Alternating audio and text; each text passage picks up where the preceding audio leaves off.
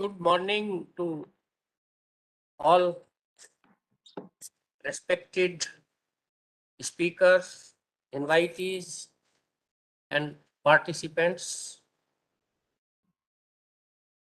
We are going to celebrate World Water Day 2022 jointly by the IDC Foundation and Grassroots Corporation, GRC India. And I invite our chairman of IDC Foundation and former Director General of Meteorology, IMD Department, Government of India, Air Vice Marshal Dr. Ajit Tyagi to please have a welcome address on this occasion. So, Dr. Ajit Tyagi. Thank you, Sushil ji. Respected Paritosh ji, Patron IDC Foundation, Dr. S.K. Gupta, lead speaker for today's webinar, Dr. N.K. Tyagi, Chairman of our Academic Council and keynote speaker. A very good morning and greetings on the World Water Day 2022. World Water Day is celebrated every year on 22nd March since 1993. I like the importance of water and to spread awareness among the public and the stakeholders and the policymakers about water. Now, this year's theme is groundwater invisible, visible. Making this invisible visible idea is that though we take the water granted, but we don't know how this is being made available. And as we know, the groundwater is the key source, essentially in the rural areas and also for irrigation and the urban water supply. Now, in India, it is a challenge for administrators to provide water supply, particularly in the summer months. And as we know, we are already a water stressed country. 18% of world population, but only 4% of water. And out of this, the groundwater in many areas, because of our topography, there is stress extracting groundwater. Over a period of time, the usage of groundwater has increased in irrigation, industry, and for domestic use, bringing many areas under water stress. And now, since it is replenishable but not infinite source, and because of the vagaries of monsoon and the climate change, recharge of the groundwater is going to be a big challenge. The runoff which takes place because of our poor water resource management is a challenge, and we are over-utilizing groundwater for irrigation, particularly in northwest India, Punjab, Haryana, western UP, and water table is going down, and this is another. Losing water bodies, surface water is not helping us in recharging process, and also the usage of surface water because of pollution has been a big source of concern. Now, another two important issues that emerges out of this is the sustainable usage of water, and Dr. N.K. Tyagi will be covering this aspect. And second, even if groundwater is there, whether it is drinkable. We already know that good about 2 billion people in the world are not getting the safe drinking water. So the water quality, groundwater quality is another big challenge. And there are geogenic issues which are there because of the rocks have got certain elements which creates contaminations, arsenic in 10 states, more than 68 districts are affected. Similarly, the fluoride, iron, and sodium. So these all are the challenges, but more than this, what is happening is anthropogenic contaminations because of pollution and mismanagement of our sewage, agricultural pesticides, and the fertilizers. So all these also contributes to the quality of water and contamination. And this aspect will be covered by Dr. S.K. Gupta. So two important issues related to the groundwater will be covered in today's webinar. So it's very, very heartening to see that how do we create awareness about these and manage this particular important resource, which is so valuable but not infinite, and we have to manage for sustainable development and providing safe water to large population of the world. Thank you, Jai Hind, and once again thank to our partners GRC India, Dr. Dheeraj, and also our invited speakers, Dr.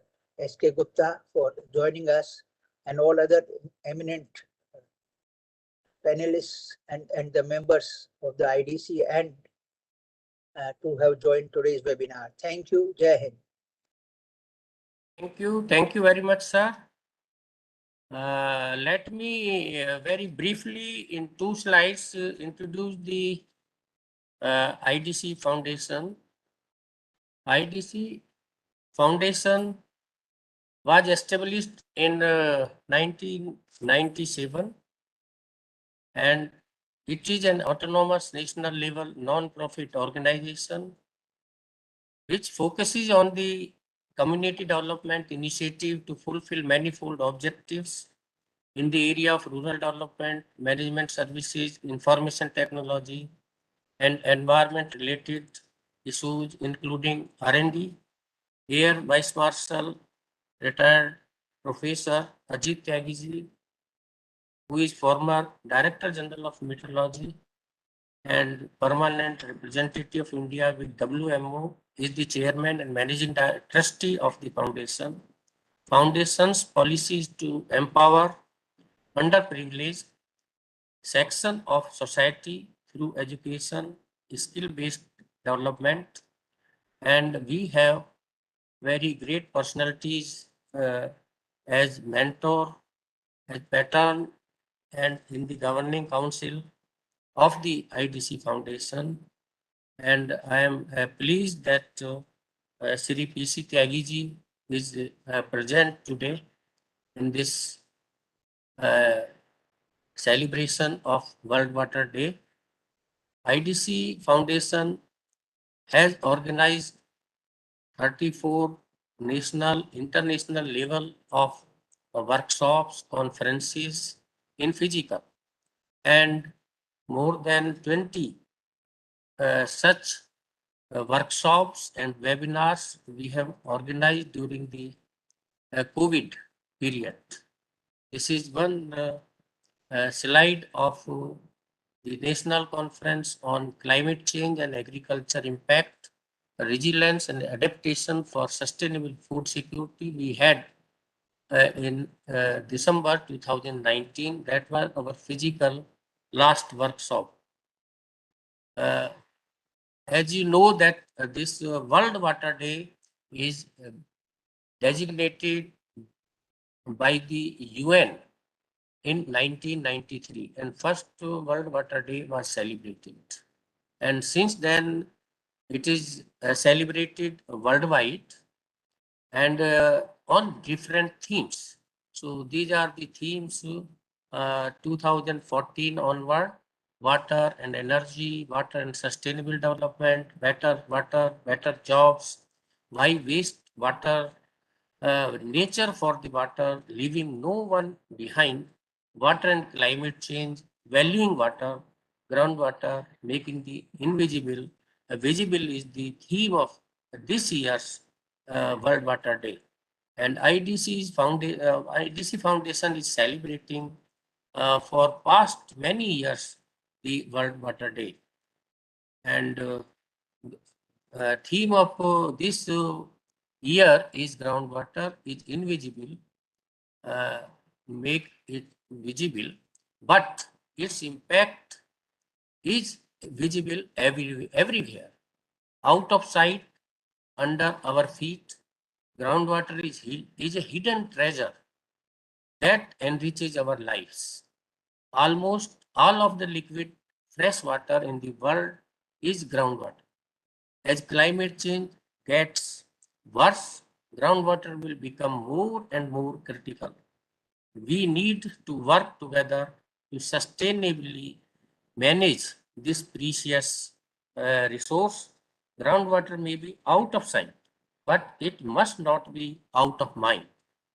And on this occasion, we have a very learned, experienced uh, scientist with us, Dr. N.K. Tyagi, who is the former Director Central Soil Salinity Research Institute, Karnal, and former member of ASRB board, ICAR, and chairman. He is the chairman of Academic Council of the IDC Foundation also.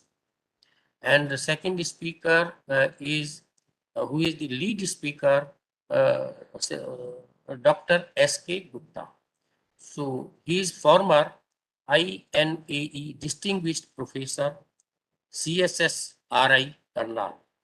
So now I will invite, before the key speaker and the lead speaker, our former chairman, CPCB and patron of IDC Foundation, Sri P.C. Tyagi, to give his uh, motivating message on this occasion of World Water Day. Engineer P.C. Tyagi, please.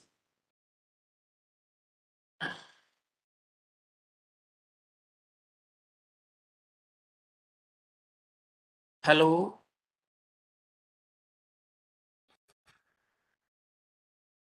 I was getting a Yes, message sir. that you can't unmute yourself. Greetings to all who are present here. And let me also take this opportunity of welcoming so many distinguished persons to this important meeting.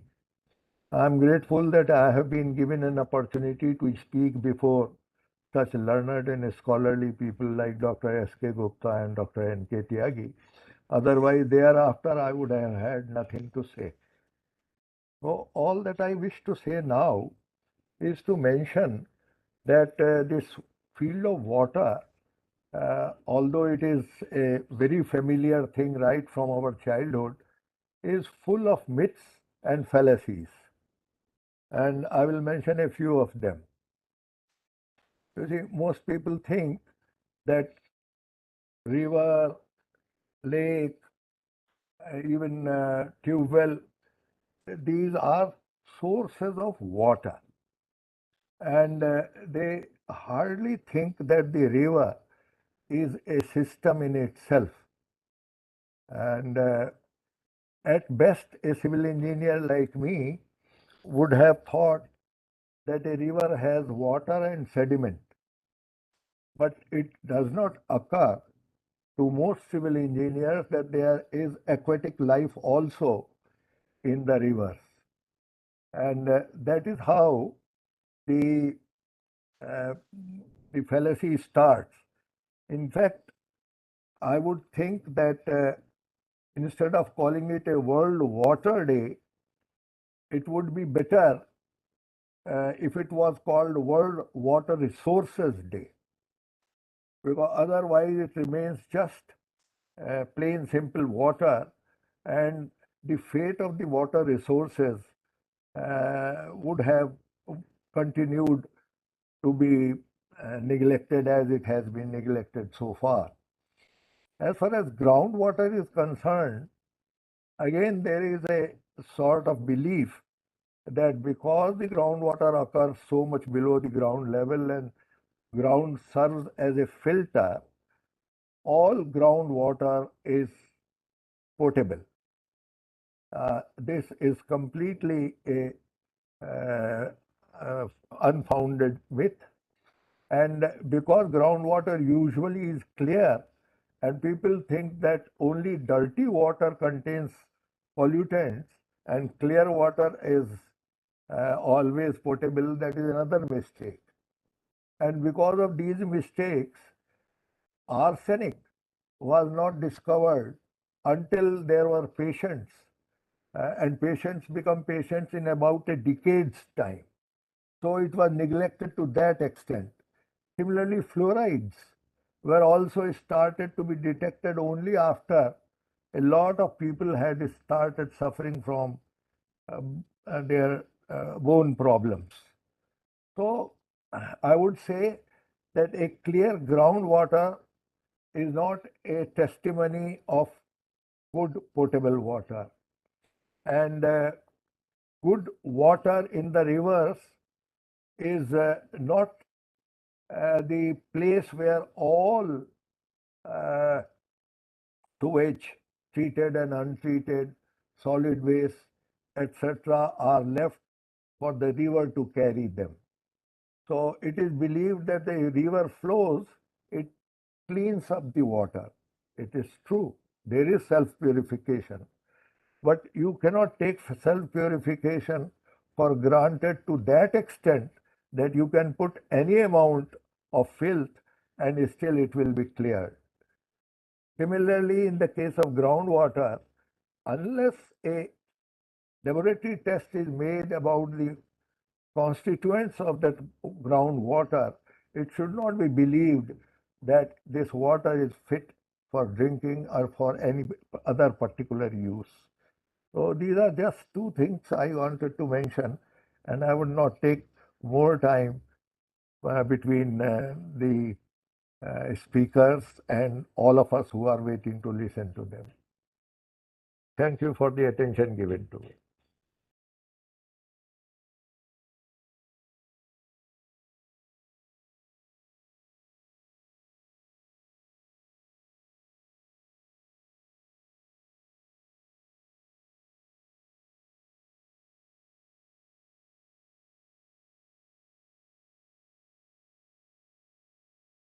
Please unmute yourself. So thank you very much, sir, for your very encouraging words and blessing us at this occasion. Now I will invite for a few minutes Dr. Dheeraj Singh of GRC India to say a few words on this occasion if he is present. I am not seeing. Dr. Dheeraj Singh. Sir, he is not joined yet. He has not joined. Okay, no issue then. Then I will now invite our esteemed speakers and lead speaker first. He will be speaking as a lead speaker today, and his topic will be poor quality groundwater and enigma or a potential resource. So, sir, can I help in moving the slides, or you would like to share yourself? Sir, you unmute, please. If this slide is visible, then I can go and I will manage. Slide is visible? Yes. Okay. Yes, Thank sir. you. Will you like to put the presentation on slideshow mode? Okay. Yeah. Okay.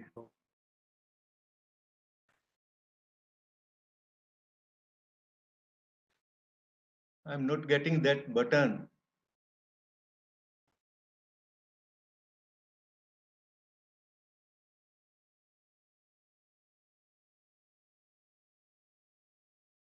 I can share then.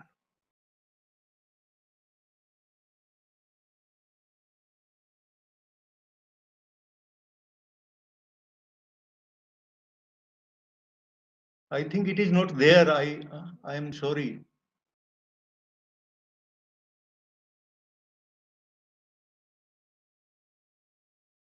That's sir right. आप दोबारा share करिए एक बार फिर से। हाँ, दोबारा share कर रहा हूँ। जी।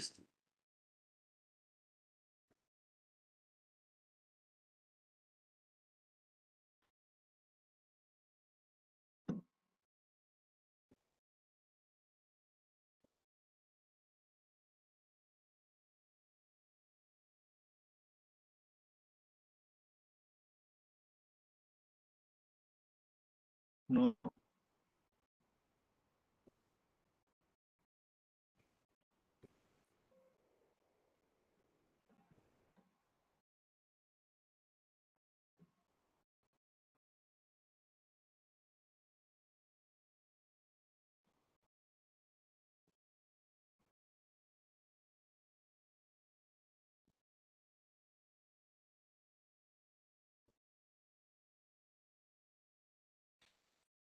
No, it is not saying.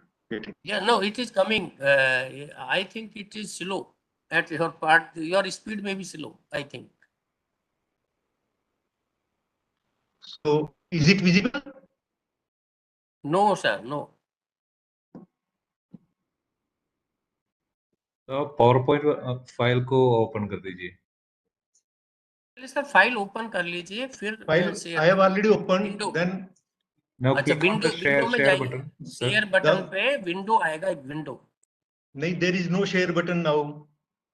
है There is no share button now. Sir. Okay. Arrow का निशान है ना एक ऊपर के लिए, ये वाला हाँ शेयर है, but it is not there. ये जो है नहीं है। No. सर मैं शेयर करूं फिर क्या? हाँ, आप शेयर करिए, आप शेयर करिए। हाँ, उससे तो बढ़िया मैं शेयर कर देता हूँ। एक minute. Today I am safe because you expected here. हाँ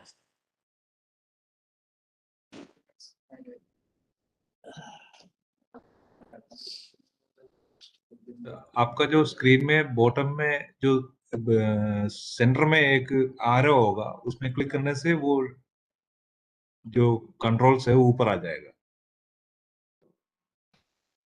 एक छोटा सा एक आरो दिखता ये है। अभी विजिबल है सबको मेरे ख्याल से, मैंने शेयर किया है। ठीक है। ठीक है, और साइज भी ठीक है मेरे ख्याल से। स्लाइड शो भी कर दीजिए सर।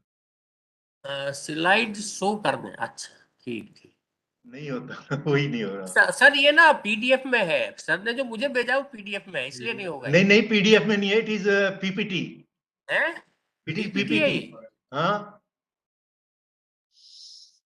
तो होना चाहिए स्लाइड शो में, फिर हो नहीं रहा हाँ, नहीं है ना, it is not coming, that is what I was पता सेइंग। नहीं वो आपने किसी सॉफ्टवेयर में किया होगा, पता नहीं। नहीं, सर आई एम करिए पर अब ओके। दिख रहा है sir.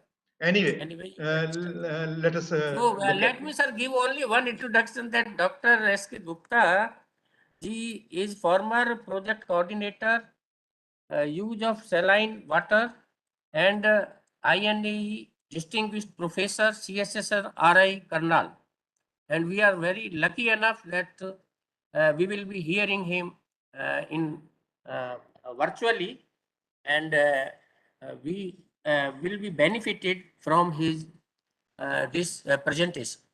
So Dr. S.K. Gupta ji. So first of all, I welcome all the distinguished participants who have virtually assembled to celebrate the World Water Day 2022. I would like to thank the organizers for giving me this opportunity to share my thoughts on the vital resource, water, and especially the groundwater. Most of the preface to my lecture has been covered by Dr. Ajit Tyagi and Dr. Paritosh Tyagi, and therefore I can skip that preface and straightway go to the presentation, which is poor quality groundwater, an enigma or a potential resource. Next, please.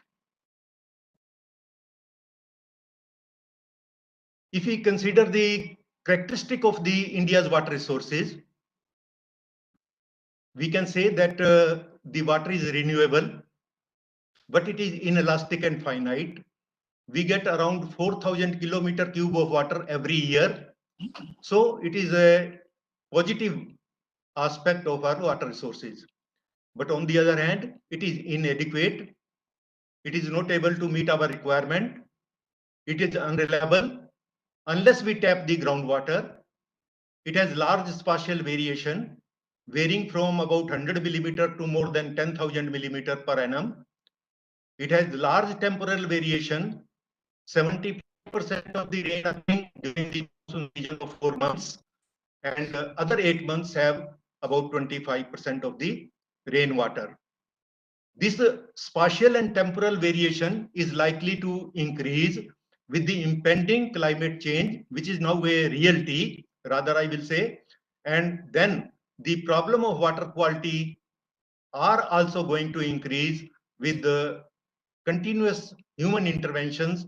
Both surface and groundwater will be affected by this menace of the problem which we are experiencing over the years. Next, please.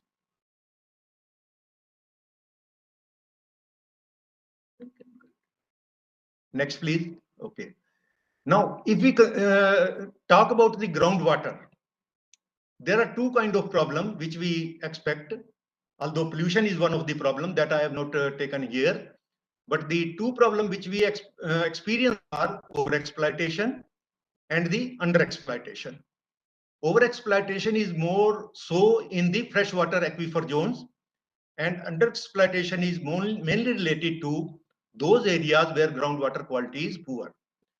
Overexploitation is causing several problems, and one of them is declining trend of water table, which is resulting in drying up of the wells and reduced water in the streams and lakes.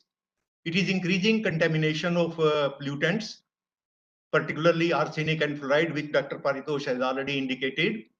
Then we have increased pumping cost and what we call water energy nexus. In the inland areas, there is a salt water coning up. And in the coastal area, there is a salt water intrusion because of the overexploitation of the groundwater. We are in constant fear of land subsidence because of the overexploitation.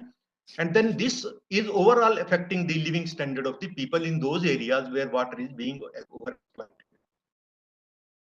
In the case of underexploitation, first of all, we are wasting a very useful resource and cannot use it for our purposes, which we can very easily use.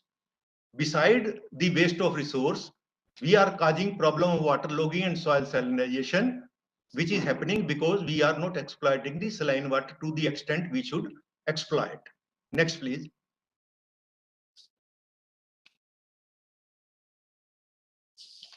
I would like to take three scales on which I would like to explain the overexploitation situation in the country.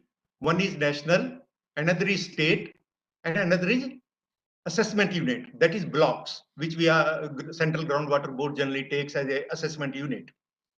At the national level, we are exploiting about 240 billion meter cube of groundwater, which is around 1/4 of the total groundwater exploited around the globe. So we are the major exploiter of groundwater. 90% of this groundwater is used in agriculture for irrigation purposes, and 10% is only used for drinking and industrial purposes. Out of 7,000, nearly 7,000 groundwater assessment unit, 16% are already overexploited. Another 19% are in the critical and semi-critical stage. And it is expected that in the coming 20 years, if this situation continues, the critical zone will increase to around 60% of the total assessment unit in the country. Next, please. On the state scale, if we take the case of Punjab, there were only 7,500 wells in 1961. It increased to 1.5 million in 2019. Beside this increase of tube wells, there were two things which were happening simultaneously. One was conversion of shallow tube wells to deep tube wells, deep submersible pumps. And second, expansion of the rice areas in the cotton belt of the state. So all these things made the farmers to overexploit the groundwater. If you look at the map of this Punjab, which is given on the right hand side of this slide, there are three colors. The red color means more than 200% of the replenishable groundwater recharge is being overexploited. Yellow color means 100 to 200% of the replenishable groundwater recharge is being exploited, and only the green color area is where the overexploitation is less than 100% of the replenishable groundwater recharge. The red color and the yellow color together makes about 80% of the assessment unit. So it is highly overexploited state in the country. Next, please.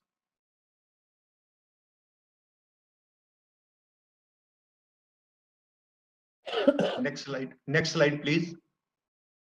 Now, coming to the assessment unit scale, I have taken the Climatic block of Kathal district of the state of Haryana.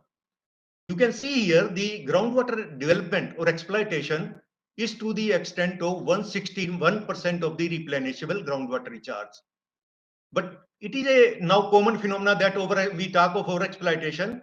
But what I want to show here is that in this block, 64% of the water is of questionable quality, poor quality. If I exclude marginal saline water, it is more if I include because now marginal saline water can be used for irrigation, so there is no problem. So I am including good and marginal in one, and it constitute about 34% of the water, and 61% are questionable quality. But even then, there is a overexploitation of water.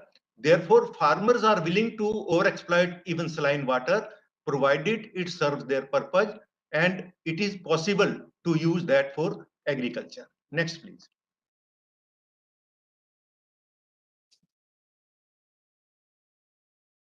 Now, with the poor quality water, we have several kind of hazards.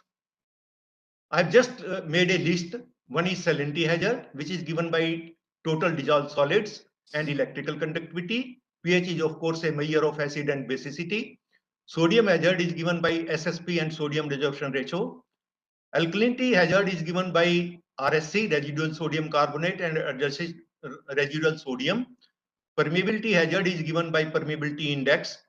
And specific ion toxicity is in fact the excess of various ions in the water, which could be chloride, sulfate, boron, nitrate, nitrogen, or heavy metal, including arsenic. Pathogenic contaminants may not be a big problem, but particularly in shallow aquifers and the people who drink water from the hand pump may get some problem of pathogenic contamination also. Some of these terms we will be using when I proceed with my talk, and therefore I have given a basic introduction to this term in this slide. Next, please.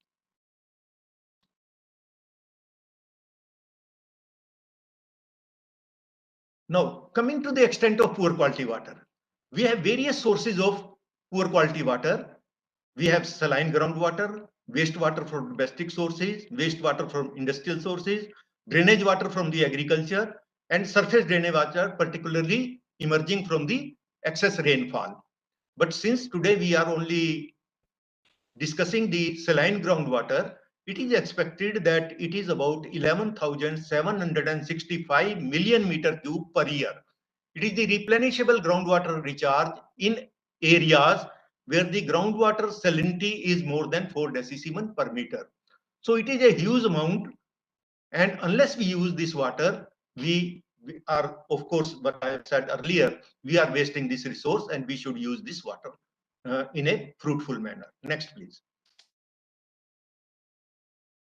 Various organizations in the country are collating the information of water quality. I have just given you two diagrams, and one I will explain why I have given. The first map is prepared by Central Groundwater Board. It is only for the drinking purposes.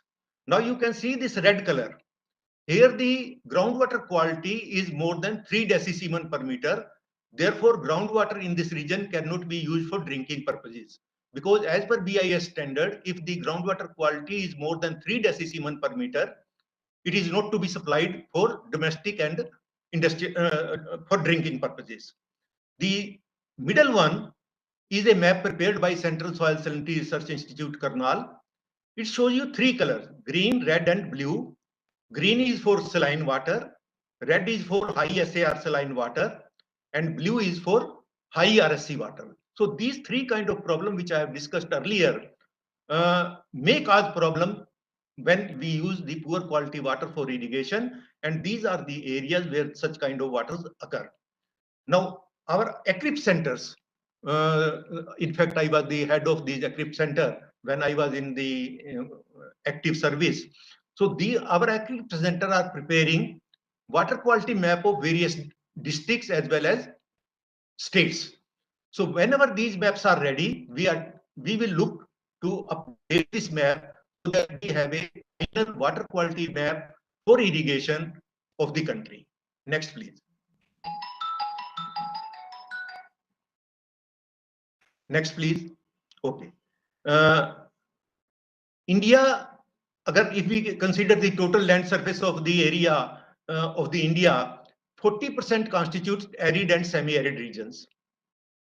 And these are the area where groundwater salinity is high. So we can say inadequacy and salinity goes hand in hand. And therefore, the people living in these areas have, with their own experience, developed several technologies where they can use it for agriculture. And I can say that we had technologies before the scientific interventions were made. We had technologies where groundwater with a EC of more than 15 decisievert per meter has been used in Western Rajasthan for agriculture purposes. About BIS standard for drinking purposes, I have already discussed, and therefore I can skip that sentence in the bottom. Next, please. It is not that I am emphasizing that saline water should be used only in the India. It is everywhere that people are using saline water. It is in the USA. I have given a slide which shows that they are also using saline water. You can see here, out of the total water used in USA in 2015, 16% constituted the saline water, but it was mostly near the coast. So seawater. And what we are talking today is inland saline water, but cities saline water is being used, and it is to the extent of 16%. Now they were using this water for mining, industries, and thermoelectrical, means cooling of the generation plants. So this is one of the areas where we can also think of using our inland saline water for using for the cooling purposes of thermal power plant and other electric generation plants. Next, please.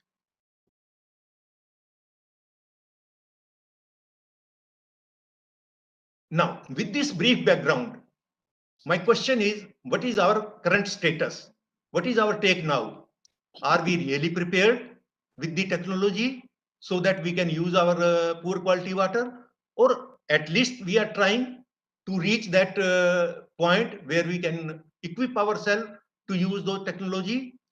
I will be discussing some of these technologies which are available in the country currently for domestic purposes, or including drinking water, and especially agriculture, including allied activities. Next, please.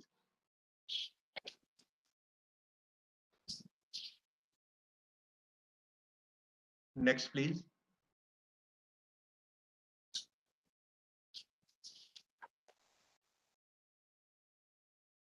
Next slide, please.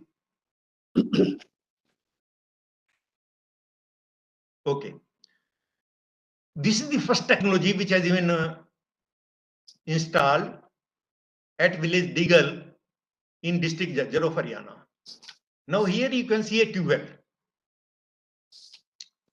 This tube well has a RO membrane within the tube well at some lower level, lower than the ground level. Only the sweet water comes at the top. The brine which is coming from the RO membrane is being disposed of right deep into the aquifer there itself. Although it is because it is a single well and everybody can say that it works, so it is a pilot scale experiment. But our major problem arises to define what is deep. Today it is maybe a deep aquifer, but tomorrow, as our technologies to exploit deeper groundwater improve, it may become a shallow aquifer. Moreover, we do not have any mathematical model or any field experiences where we can say that if we adopt this technology on a large scale, what will happen to our groundwater? And of course, there are socio-economic implications of using this water, which when I visited this site, I discussed with the people, and there are several socio-economic problems which need to be resolved. Next, please.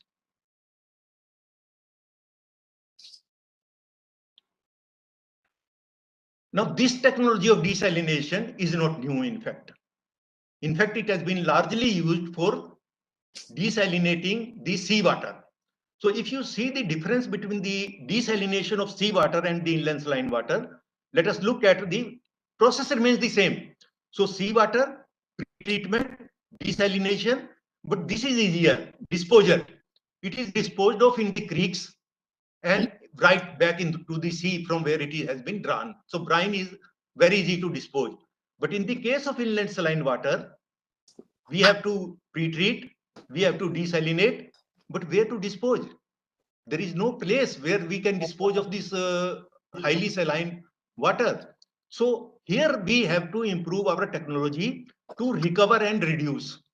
Either we have to reduce this brine, or we have to recover the useful components from that brine. And studies in international level have shown that this brine contains several chemicals which are used in the pre-treatment process. So we can recover those, and if these are in excess, they are marketable also.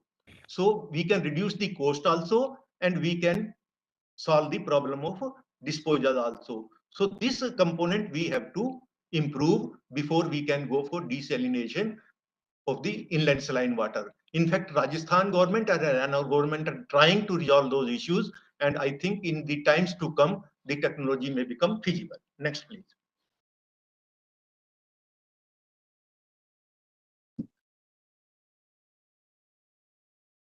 This is a technology which has been implemented in Mewat. It has been developed by Sehgal Foundation, Gurugram. In this case, what has been done is that a freshwater bulb has been created within the saline aquifer.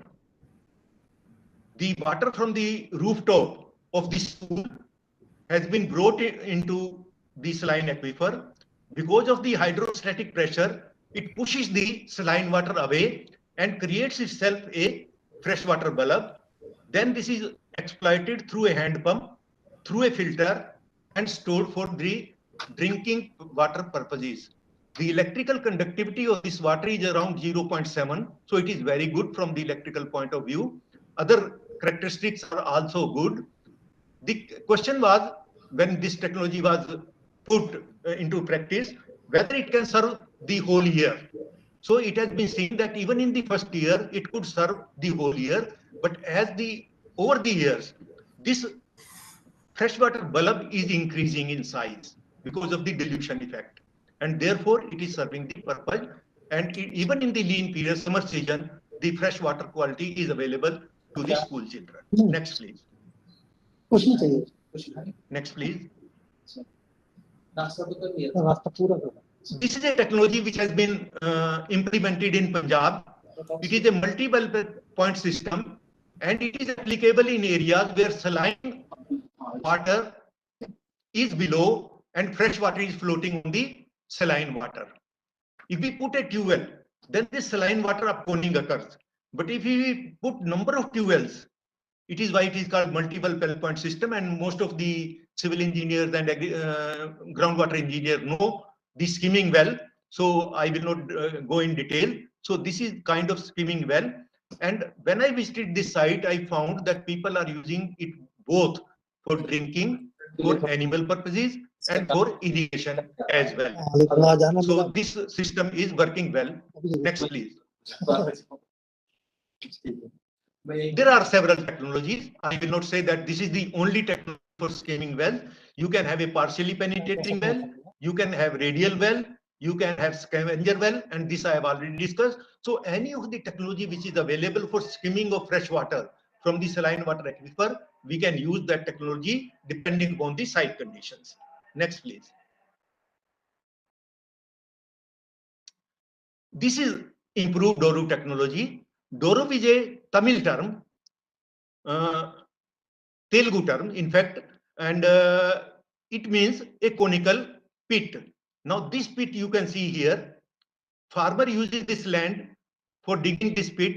Here also this fresh water is floating on the surface, so he only dig the pit to an extent that fresh water comes, and then with the pitchers he takes this water to his crop, sprinkles it to save his crop. So we have modified this technology to increase the discharge as well as use a pumping plant to use this water. So we have put here PVC pipe which have holes so that water is coming into the sump, and then from there it is being used for irrigation. Now, when this technology was shown to the public health engineers, they found it very good for use of drinking water. And these are the villages where improved Doru technology has been used for public supply of water. So it is being done by public health department. So it can be used for both irrigation as well as drinking purposes. Next, please.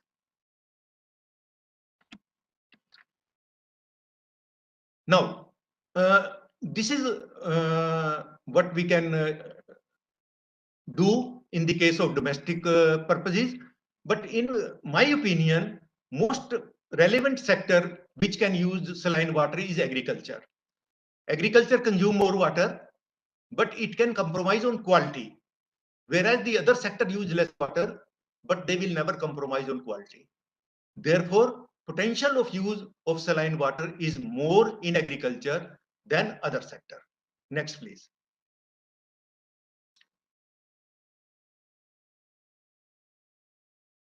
Central Soil Salinity Research Institute, Karnal, to which I was a very active partner, has developed several technologies for use of saline water in agriculture. The complete list is being given here. I will not name them because at this in this short period, I think it will be not possible. But I have divided all these technology into 5 groups: crop management, soil management, irrigation water management, nutrient or chemical management application, and rainwater management. Out of these groups and subgroups, I have selected 4: conjunctive use of multi-source water, switch over to improved irrigation technique, application of chemical management, and of course rainwater harvesting, which is very important. These technology, one from each slide or 2 slides, I will explain these 4 technologies without going into the whole game of the total number of technology. Next, please. In conjunctive use, we have 2 major groups. One is blending and another is cyclic use. In the cyclic use, I will be discussing only switching mode, although we have sequential applications, switching mode, in-season switching, seasonal switching. And in blending, I will combine these 2, on-farm blending and canal network blending, and then blending in the aquifers. Next, please.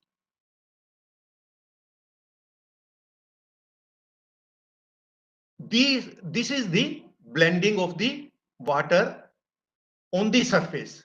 Now, in this case, what is being done is saline groundwater is being pumped. It can be pumped by the farmer or it can be pumped by the department. It can be mixed in the water course.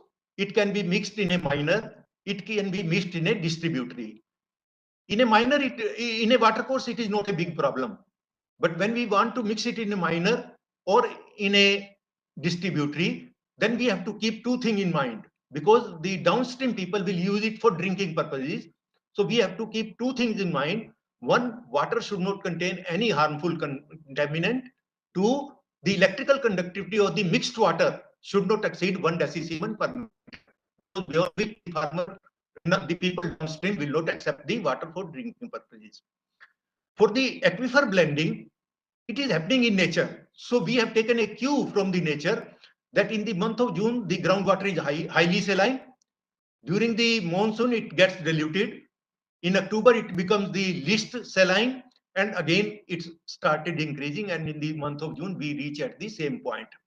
So we thought that why not increase this groundwater recharge through artificial recharge and decrease its salinity to a greater extent at an early date. Before October, we can reduce it to the same extent in an early date. Now, 2 technology I have seen here, shown here. One is the existing cavity well, which has been disposed of by the farmers. They can be modified by putting a filter here, and the same technology can be used for recharging the aquifer. This is the technology which has been developed by our Aquifer Agra Center. And here you can see I have not put filter. Here filter is essential, but here I have not put a filter. It is only a sedimentation tank has been put. Water is being put just above the groundwater in the soil, and it percolates through the soil. So it acts as a sieve. So all the sediments in the water are sieved through the soil, and only the pure water enters the groundwater. Next, please.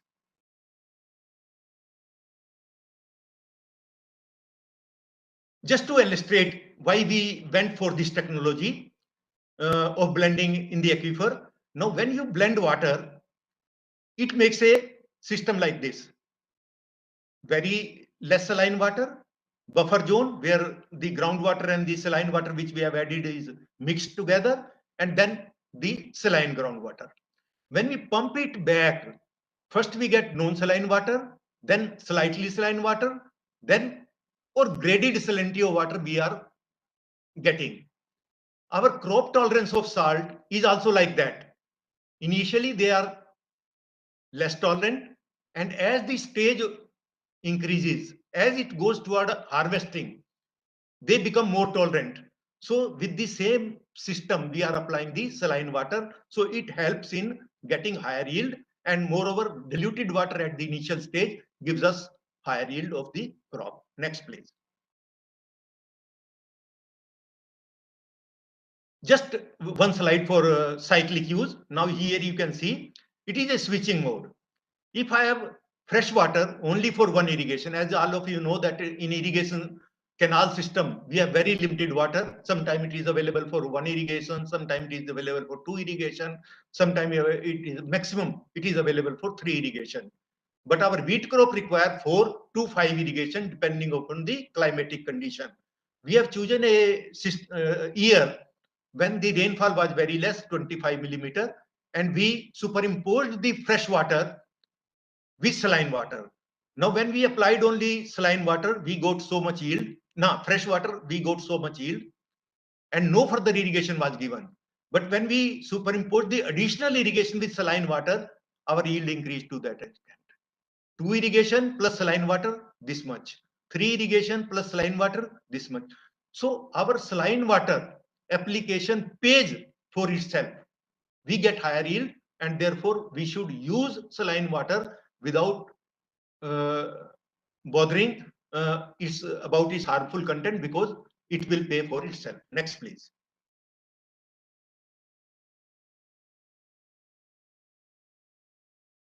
Now, this is the switchover of surface irrigation to drip irrigation technique. Now, if you look at this figure, here on the x-axis, the salinity of the water is increasing. And as the salinity of water is increasing, relative yield of the crop is decreasing. But it is more in surface water, followed by sprinkle irrigation, followed by drip irrigation. So drip irrigation can, for the same salinity of irrigation water, can give us a higher yield. It is because, again, a bulb is created which has almost same salinity of even less than of the irrigation water salinity, because all the salt accumulate at the wetting front, and all the roots draw water from this low salinity zone. So osmotic stress is taken care of by less metric stress, because metric stress and osmotic stress are additive in nature. Now here we are also again, although I will making this statement in the last slide also, that rainwater harvesting. If a farmer has polyhouse as well as drip irrigation, then polyhouse rainwater he can harvest, and this is the best quality water, even better than his good quality water as is existing in Kurukshetra and Karnal district of Haryana, and many other districts also where good quality aquifer are available. It is better than that.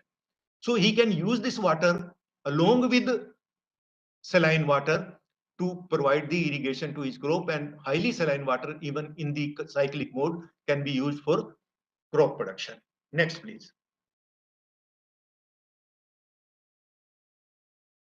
This is the amendment application to manage high RSC water. Now you can see the problem with if RSC water is used continuously, our soil becomes like this. It means it will not absorb water. If you irrigate, water will stand for 3-4 days. Either it will evaporate or it will, very little of it will go down. So we have to add some amendment, and the amendment we have identified are gypsum, pyrite, or distilled spent water. The sugarcane factory which prepared alcohol, they dispose of some distilled spent wash that can also be used to reclaim our high RSC waters. So we have put here a gypsum bed. Gypsum bed, agar schematically if you see, it is like this. The tube water comes in this section, it goes below, it goes up, and here is the gypsum and pyrite placed in the bed itself. Water passes through this, gets reclaimed, and then it can be used for irrigation. In this case, when we use distilled spent wash, even we can use it for with drip irrigation. The fertigation system of the drip irrigation can be used to apply distilled spent wash because it is a liquid, and you can see a very good sugarcane crop with a high RSC water. So even high RSC water can be used for irrigation. Now, what I want to bring in the main point is that international guidelines say that a water of 1.25 milliequivalent per liter RSC is unfit for irrigation. We have increased it to 2.5. National guidelines say 2.5. Now, but if you use this technology of gypsum application, you can use even 12 milliequivalent per liter RSC water for irrigation. And if this is possible, then 80% of our groundwater are less than this RSC, and those are 80% of those groundwater which have a high RSC problem can be used for irrigation without any problem, without reducing yield, without spoiling the soil. Next, please.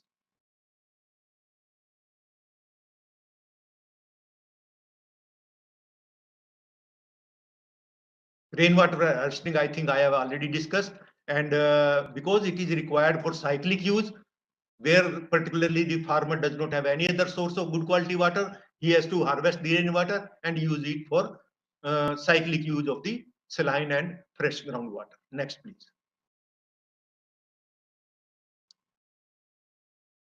Now, two slides on aquaculture.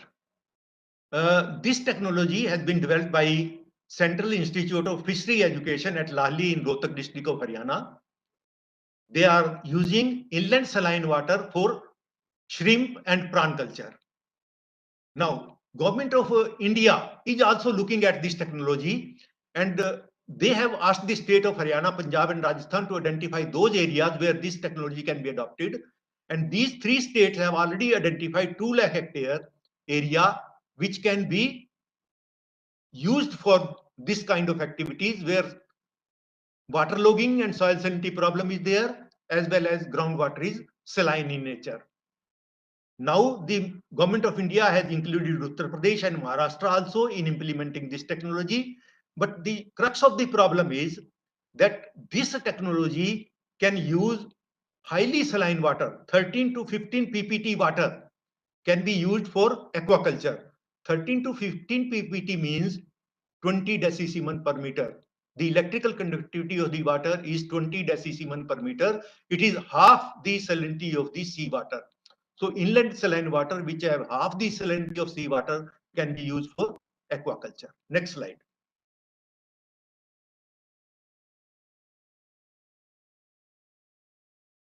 Now the catch in this technology is, because every technology has some catch. The catch in this technology is that the constituent of this water are not same as of marine, not the sea water. And we want to grow prawn and shrimp, which are grown in the sea water.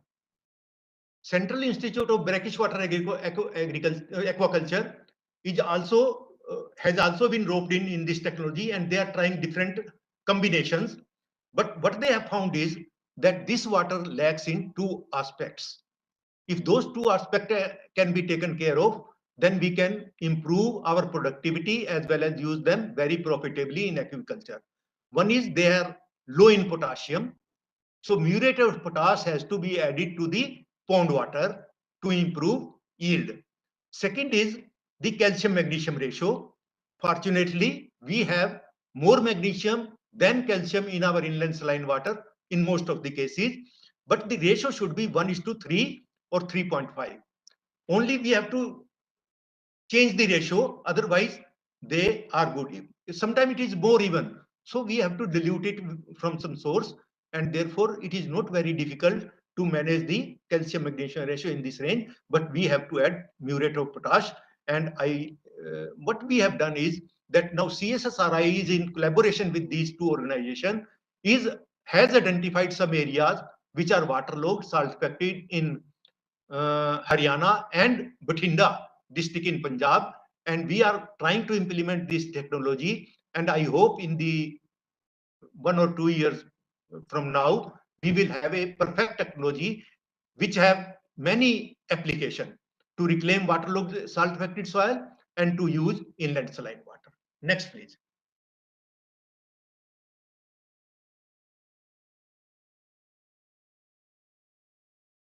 So I can conclude with this brief discussion of the various technologies for use in domestic system, public health system, as well as in agriculture. I can conclude with these 4 statements. Poor quality groundwater has been in use from time immemorial and should not cause undue concern to us, and it can be very profitably used in agriculture and drinking purposes. There are few technologies which are available. These can be upscaled or even modified to suit site-specific situation for use of this water in various sectors. Agriculture, in my view, is still the most promising sector where poor quality groundwater can be used. The agriculture sector can release some fresh water if it uses the poor quality groundwater in its demand. And finally, I will say that Indian experiences should be used in characterizing the groundwater. We should not use the quality guidelines given by international organization. Fortunately, our climatic system is such that it is favorable for use of saline water in agriculture. Monsoon climatic condition is one of the most favorable situation that makes us to use poor quality groundwater in agriculture. Therefore, we should develop our own guidelines, and we are trying to do that. And I have already shown for high RC waters how we have changed the guidelines. And I think many laboratories are now using our guidelines for this purpose. Next, please. So, as I have said you earlier, that these technologies have been developed by various workers.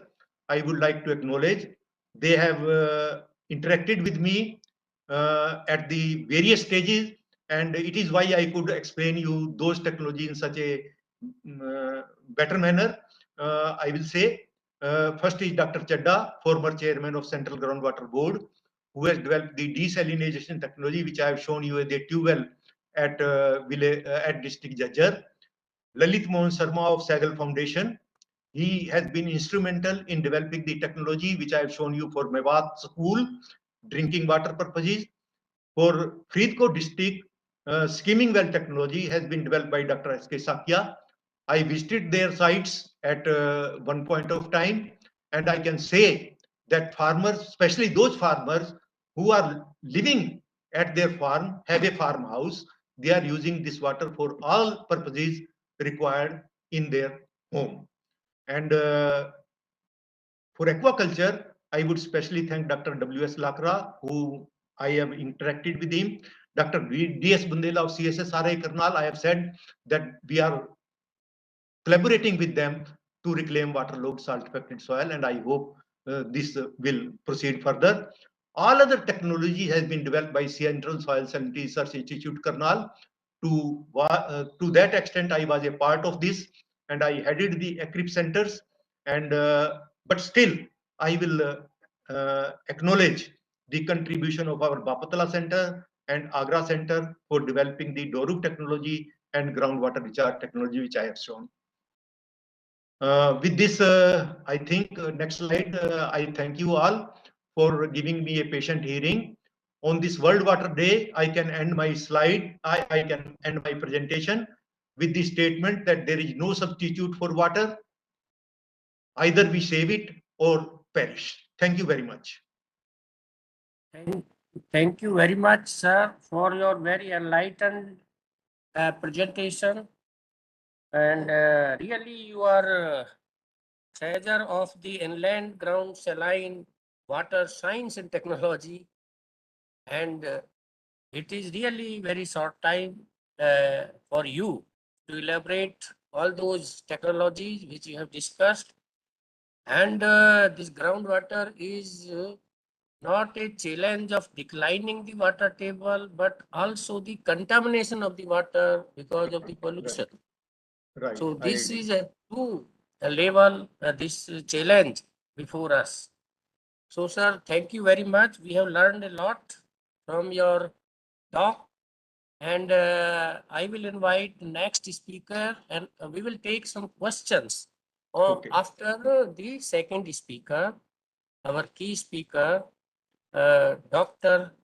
N.K. Tyagi ji. I am also just opening his presentation. I will share from here. Sir, can you do it from there or should? Yeah, I can. Hello? Yeah. Pardon, sir?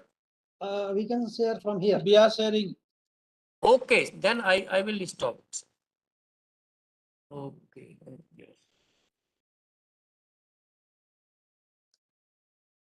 So the can you see it? Dr. N.K. Tyagi is well known scientist. Hello, yes sir, it is visible, but you have to enlarge it. Yes sir. Okay. Yes, now it is better. So thank you very much, sir. And he is the part of the IDC Foundation. He need not much introduction. He is delivering his presentation almost on every World Water Day for the IDC Foundation. So, sir, welcome. And now it is over to you, sir. Thank you, Dr. Tyagi. Thank you. Well, I would start by saying that we have already had the benefit of our conscience keeper and the former chairman, Sri Partoshji, and his message is always containing words of wisdom.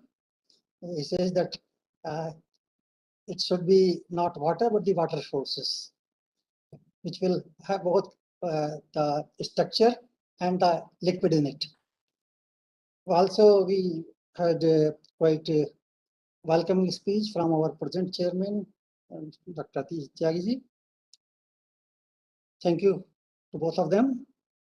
And as you might have noticed, Dr. Gupta is a very learned scientist.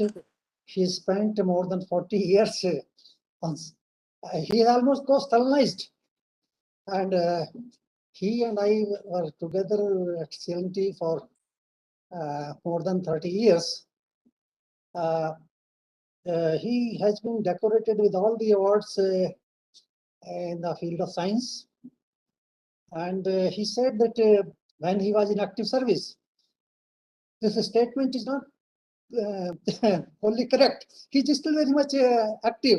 Almost every 6 months there will be international publication from his side, and he has recently published a book on drinking water quality.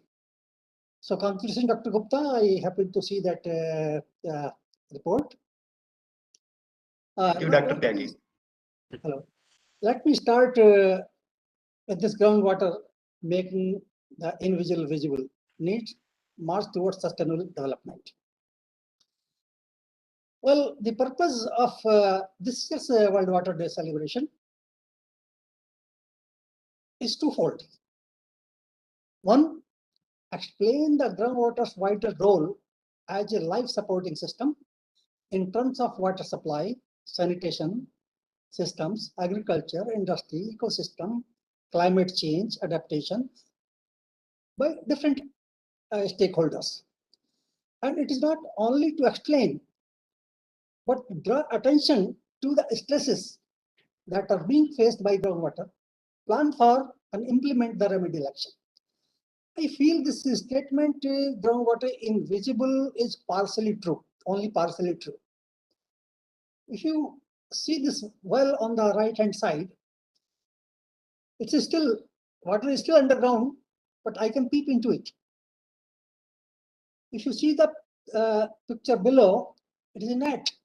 More than 2 million back, the Iranians, there is very little water in Iran.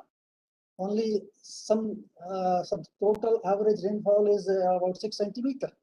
So they developed this technology of canats, and I happened to see 2 flowing canats at the tunnel that goes miles together. I don't know, there was no horizontal boring technology on those days, and they developed this. So what I mean to say, that groundwater can be visible, but if it is visible or invisible, it is immaterial, because the impact of groundwater are everywhere. I would like to remind you the famous song, "Ke charo taraf hai uska nazara." So groundwater nazara is everywhere. The glass of water you drink, because if 97% of the fresh water is groundwater, the proportion may vary from place to place, but the water you drink, the bread you eat, the house you live in, the fan you use, everywhere the contribution of water is there. So the complete you could say stanza would be like this: कि चारों तरफ है उसका नजारा, चमक रहा है उसका सितारा. Groundwater is impacting our aspect of life, and therefore it may be partially invisible, but to us the effervescence, the spirit of groundwater is overflowing in different walks of life at different levels.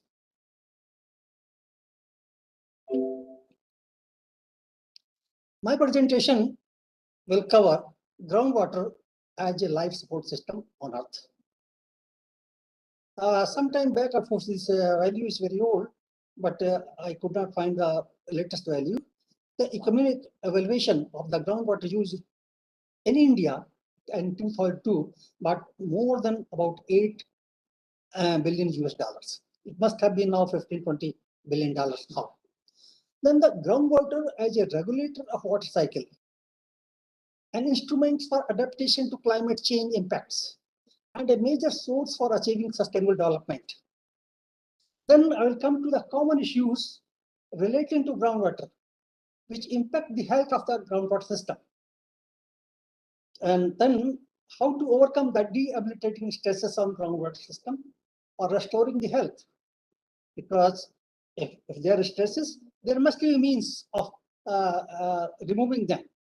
Then how to increase the consciousness of the appreciation of groundwater by the society to ensure that groundwater continues to play its role as a life support system on Earth.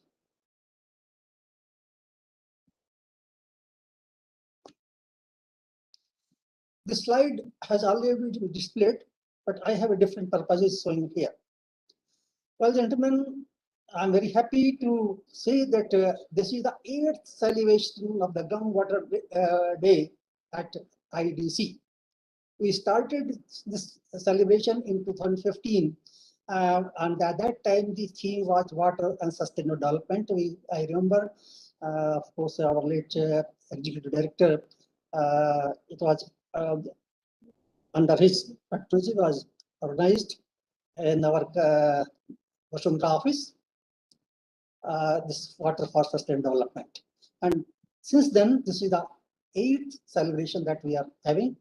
I must say that this is a good continuation that we are able to maintain.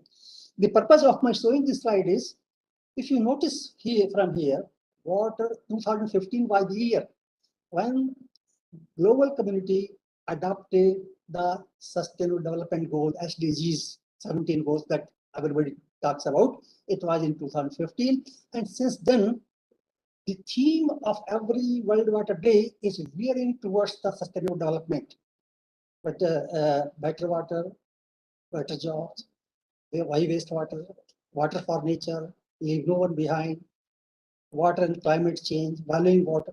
As a matter of fact, these two themes, valuing water and water making the groundwater visible. These were debated about 2 years back. This was found second ranking. So this was assigned this year. Valuing water and groundwater as invisible, making it visible. So after 2015, once the Sustainable Development Goals have been adopted, world community has focused continuously on the sustainability based on groundwater development. Groundwater development in India, it is a short-term gain, but long-term pain or woes. As we all know, an enormous boom in well construction for urban water supply, for irrigation, industry, and India, the latest figure that I could get was 253 BCM in 2020. This was the value given on the Sunset TV in November 2020, 253 BCM. This boom has been facilitated, as we all know, by advances in drilling and pump technologies, geological knowledge, state subsidies, especially for irrigation. As a matter of fact, this last one, state subsidies, appear to be one of the major cause for the, you can say, short-term gains, but which are likely to result in long-term loss. As a result of this boom in groundwater, it has become a de facto key resource supplementing human well-being and economic development in India. There are various figures, 60 to 65% irrigation, 70% municipal supply. But the worldwide study about a decade back pointed out that the balloon of groundwater-based agriculture boom may soon burst. And we have to keep our fingers crossed that the day this boom may burst may not be very long if the present policies and the present practice of overexploitation of groundwater continues. Luckily, fortunately, at global level, as well as in India, the focus in recent years has been on issues of sustainable development of groundwater. We have various projects like Atal Bhujal, which has been recently launched, National Spring Water Management Program of the government. Then at international level, groundwater project. This project is a global project based in Canada. They try to develop literature, how to develop sustainable development, how to manage them. So efforts are now towards the sustainable groundwater development, and that is a good sign. There is a very clear linkage between the sustainable development of groundwater and the SDGs. If we fail to develop groundwater sustainably, then the failure in sustainable development goals cannot be avoided. For example, there are 17 goals, and each goal has got, you can say, targets, total targets. First is the no poverty. There are 5 goals, five you can say targets. Out of these 5 targets, 80% is, if you want to remove the total no poverty, then out of 5 total targets, about 80% are dependent on groundwater. Zero hunger, there are 8 total targets. Again, 80% without groundwater help cannot be achieved. If you see 6, and what is 6th goal? 6th goal is clean water and sanitation. there are 6 targets. 100% are dependent on groundwater. Then 13, 12, and 13. What is 12? 12 is responsible consumption and production. This is the most important. You have to produce responsibly, and you have to, whatever you produce, you have to consume responsibly. Both are required, and all of these two, as well as the climate action, they are dependent 100% to various degrees. These targets. There are 11 targets for responsible consumption production process. There are 5 targets for climate action, and then there are various indicators for each target. You can see from here that the sustainable development goals cannot be achieved unless we develop groundwater sustainably. Groundwater has an important function of regulation. There are 2 kinds of uses: extractive uses and the unextractive uses. Extractive uses are those, for example, irrigation. You can very well value. You can see that you are extracting water, you are irrigating land, and you are getting crop production. So you are giving some value to it. If you are having water for drinking, you know that yes, this water is doing this particular action. But there are hidden actions. We call them in situ functions, and these functions are very much important for regulating the hydrologic cycles.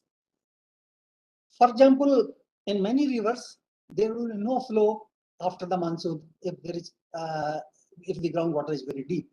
As a matter of fact, some rivers in non-monsoon period become dry. They don't. We call them closed rivers because groundwater has become deep and there is no affluent groundwater from the aquifers. Second is spring supply. If you go to hilly areas, springs they serve, you can say, a major source of drinking water supply. If you go to, say, Almora or places like that, you will find half a inch tube along the face of the hill and going to different houses. So those are the water supply systems are there. As per the Niti Aayog report, 50% of the springs are dry, and this is a very serious situation. Then wetlands, lakes, there is a major contribution of the groundwater. It is not only the wetlands and lakes, the groundwater levels also impact evapotranspiration. If you make the groundwater very deep, some of the trees, they will die. But you don't value that particular use. You think that you can pump water to any extent. When the water table is 300 meters deep, naturally unirrigated areas, particularly the natural vegetation, that will die. And drought management and flood management. And in coastal areas, groundwater plays a very important role in preventing seawater intrusion. So what I want to say is that these functions are impacted both by the climate change, that is higher evapotranspiration, higher runoff, less discharge, as well as the human activities, pumping and land use. But only some of the activities we are able to see the functions of the groundwater. These hidden functions are very important if we want to maintain a balance in nature. If this balance is lost, then unforeseen consequences are likely to follow. What are the common issues related to groundwater in the country? As we all know, open access. You know the open access, many journals, they related to open access. Anybody can read them. Similarly, groundwater is also an open access common pool resource. No particular individual owns that water. In India, the rule is that water is under the land, and whosoever has got land can put a tube well on that land, and any quantity of water he can pump without any limit. The only limit is the storage aquifer capacity and the conducting capacity of the disadvantage is that those who have higher economic strength, they are able to pump more water because they can pump go deeper and deeper. As a matter of fact, some 30 years back, many industrialists, they acquired a small piece of land in Gujarat and dug deep wells. This not dug, drilled deep wells there and started supplying water. So, because the water, if you have the land, you can put a tube well. So, excessive withdrawal resulted. So, second problem is excessive withdrawal. I already, Dr. Gupta and many others have been talking about it.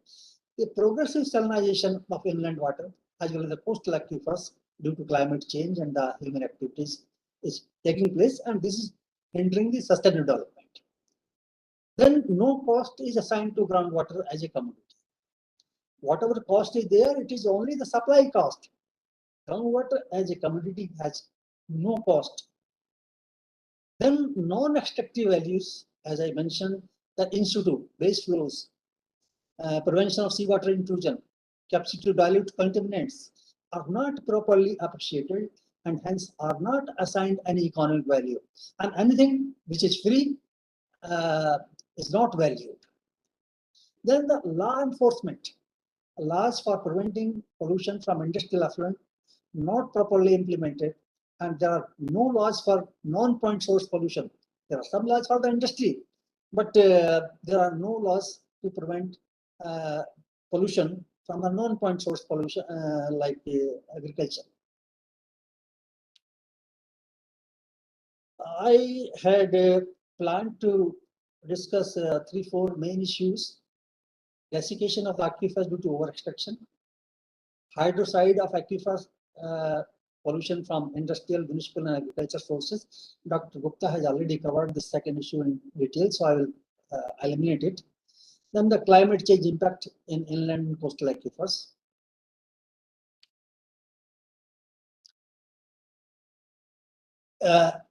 As late as 2019, for now the number of districts have increased, but this study was being done. There was about 640 districts in the country, and there were about 40 districts which were pumping water between 150 to 300% of the recharge. There were some 113 districts which were pumping between 130 to 150, means 30 to 50% more than the recharge.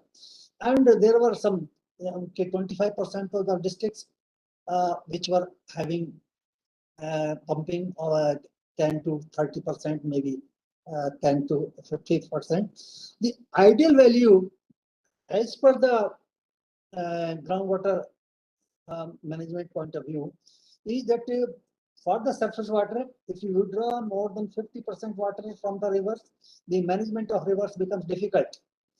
Similarly, in the groundwater, if you withdraw more than 65% of the aquifer recharge, then there are problems that start appearing, which are reflected in terms of less base flows, dying of some wetlands, and things like that. So about 20-25% are already in such a situation that if there is a drought, if there is a drought for 2-3 years continuously, you may face catastrophe in those areas. Only some 20-25% areas are such in the middle range where we are at present in the sustainable range. So this is a very serious issue for us. A study again by Gurmeet Bhatia was study 2013 to 2017, how much further reduction has taken place. So as per this, around 20% are already supercritical. There is hardly any further scope unless the policies change. About 50-55% are still in safe range. I will skip this because this has been covered. The only slide I want to show here is that groundwater over-extraction is leading to salinization of the freshwater areas even without pollution from other sources. This particular hydrograph is from Maharashtra, Wardha district, which says that over a period of from 1981 to 2008, around say 30 years, the groundwater salinity has increased 3 times. And this is a very serious problem. Long time back in Pakistan, there was a study which says that there in the Punjab as such, the groundwater salinity had increased by half decibels per meter. It is very difficult to reverse this trend when it occurs in aquifers. You cannot evacuate the whole aquifer and then recharge it. So, an increase in the fresh water in the aquifers due to over-extraction is a very serious problem, and more such studies are needed to see whether this is happening or not. But this, if it's happening, as being shown here, this is a very serious problem. Then the next issue is climate change and groundwater. We all know that what climate change is doing.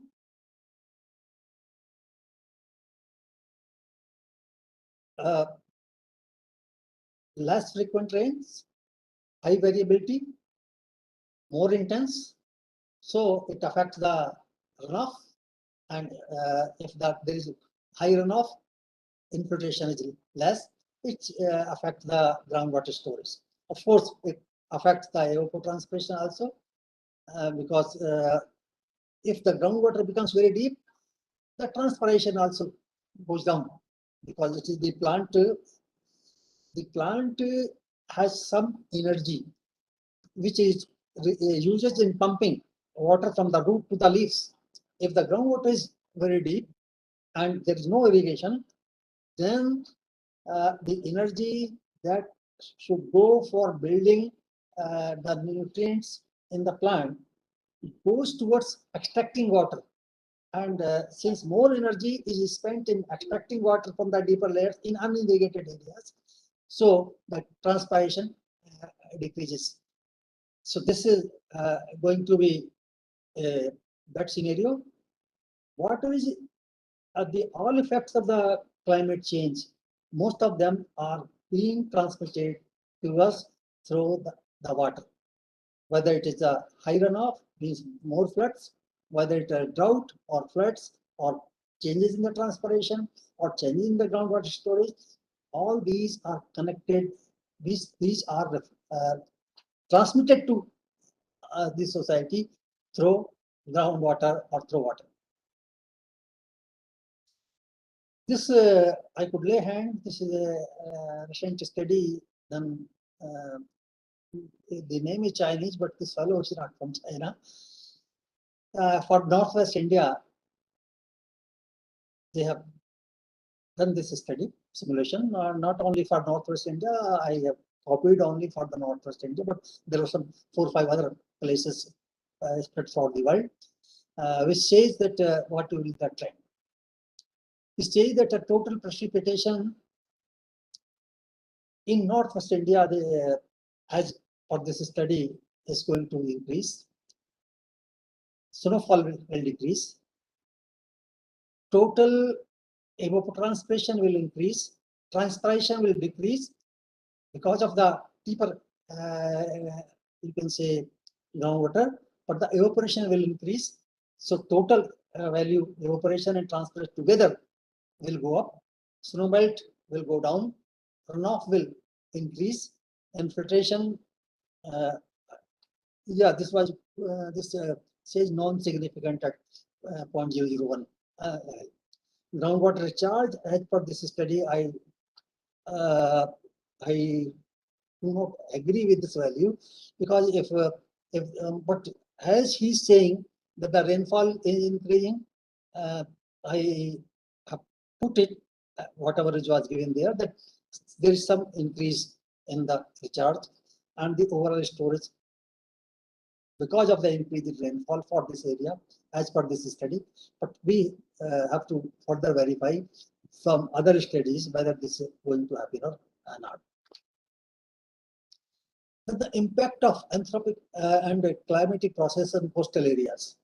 You see, we have a long coastline, and because of the extraction of the groundwater, this process of aquifer salinization is getting more and more prominent. Some 65,000 hectare area has been affected by this activity. So this is essentially showing that in coastal areas, how the pumping of aquifers is leading to, you can say, salinization of the aquifers. This is called groundwater intrusion. The seawater influence in coastal areas, this study has been done, and these dots in red, they indicate where this salinization has taken place. And as per this report, some 65,000 area has been affected by this. Now, ways to make groundwater visible. This is not that you will start seeing groundwater on the surface. The demystification of the groundwater, supply and demand management, a regulatory mechanism, and valuing groundwater, science and technology innovations, community waste management. These are 4 or 5 major approaches. I will briefly talk about them. Ways to make groundwater visible. Demystification. What is demystification? See, common man does not understand. He can see the river flowing, but he cannot see the groundwater flowing underground. And therefore, we have to develop such models, physical, electronic. As a matter of fact, in every primary school or in Panchayat Ghar, there should be, you can say, display of physical, nowadays even electronic models, even virtual models. Now, because of this virtual study program, each student is also having, you can say, if not laptop, at least mobile phones. So if we have virtual models showing actions in pumped aquifers, if we can have physical models in schools and panchayats to display that if you are pumping, what is happening inside the aquifer below, how the water table is decreasing, how different wells are impacting these discharge of individual wells. What they cannot understand themselves what will be the effect of the interference. So if you this knowledge it displayed at village level, probably we will be able to better manage our systems. Then getting data on the hidden issues, deep-rooted trees, permanent springs, affluent flows, soil moisture. We have some data, but this data is not enough for correct simulation. And therefore, there are nowadays equipment instruments are available, so we can have better, you can say, more intensive such data. So this is one aspect, or this is one mechanism to to demystify the groundwater. Physical models, electronic models, virtual models, so that people, students, as well as the and they are able to understand what is happening inside the aquifer, how the water is flowing, how different quality water are getting mixed up. If you go deeper, for some places, the first aquifers are good quality, the next aquifers are poor quality water. If you go deeper than this, then the water will get salinized. So if this thing comes into being, probably people have better understanding of or better visibility of the groundwater. Next is supply side management. Multi-purpose on-farm water storage for as is prevailing in Sundarbans. This is a very prevalent technology. Direct injection through wells and tubewells in riverbeds and canals. In Karnal, we did some study in riverbeds. At other places also, this is these experiments have been done. Then the check dams across drains, derelict riverbeds, which are flowing only towards during the monsoon season. As a matter of fact, groundwater drawdown has been reversed by this third technique in Gujarat. A very intensive program of check dams across the drains and small rivers was undertaken, and as I met in a few years, the water table started coming up. Then the next is the construction of submerged dikes. In coastal areas, particularly I happened to visit this Kutch Vivekanand Institute there, and about 30 years back they started this program. See, if you go to Kutch Bhuj area, it's along the coast, there are small hills sloping towards the sea. There is very little rainfall, but whatever rainfall occurs, it immediately becomes runoff and joins the sea. So what they have done, across the river, close to the sea, they have constructed these deep sea dikes to recharge groundwater, and when the water table will come up, the seawater intrusion in those areas will be reduced. Another study has been done in Munnar Head in Kerala. Those who are from ICR, they will understand the Atma program was started under World Bank project. This dike has been constructed across the river at Munnar. This on the upstream side is source water. Some water is used as surface water, but most important function of such dikes is to increase recharge, which will act as a way to reduce seawater intrusion. Means when groundwater on the inland side is high, then the seawater will not come to this side.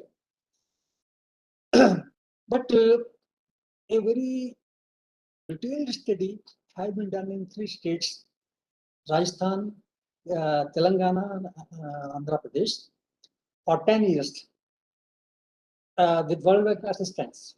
And they found that the supply side interventions, which I mentioned here, maybe these on-farm water management, maybe these seed dikes, maybe ponds, these are necessary, but they are not sufficient. If there is a continuous drought for 2-3 years, then these interventions are not able to make much dent. They are necessary, but they're not sufficient.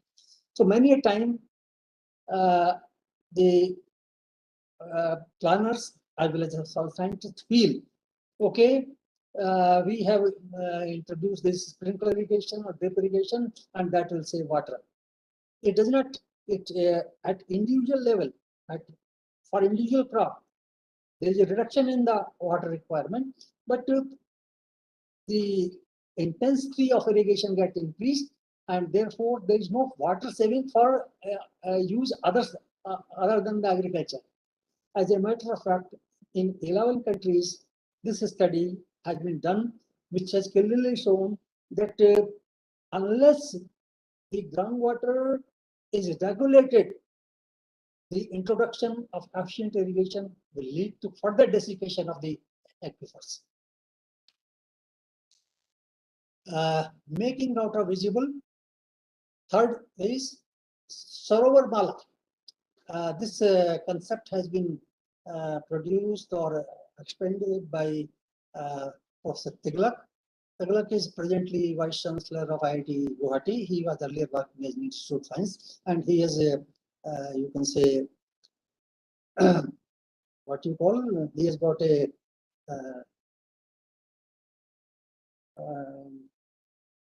इसको क्या बोलते हैं जो patent. He has got a patent for it. He has propagated the concept of this Sarovar Mala, making a series of such projects, such interventions, as I mentioned earlier, these sea dikes along this sea coast to generate additional freshwater supplies in coastal regions, as well as to prevent seawater intrusion. At 4 places, this has been done. A bigger project was being implemented in Gulf of Kambat culture. Prathosh was also associated long back with that project. It has not yet been implemented, but the idea was the same, that you will make coastal dike and store seawater, store river water in the reservoir. So, if this scheme succeeds, this is very costly.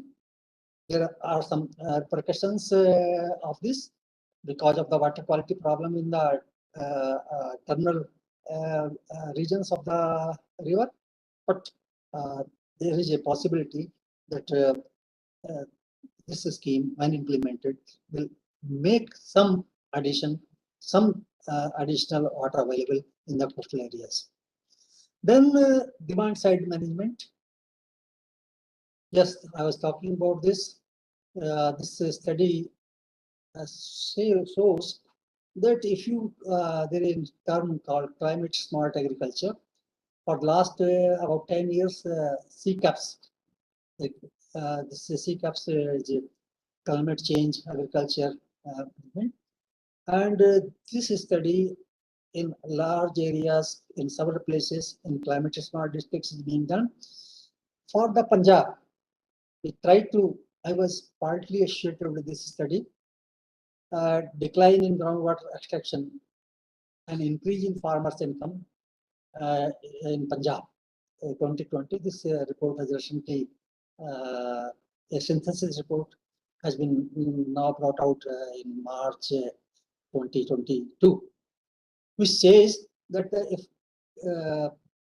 climate smart agriculture is practiced in Punjab, even with subsidized groundwater, which at present is being used at the level of 35 BCM, will reduce to only 20 BCM, and the income will increase. Farmers' income will increase.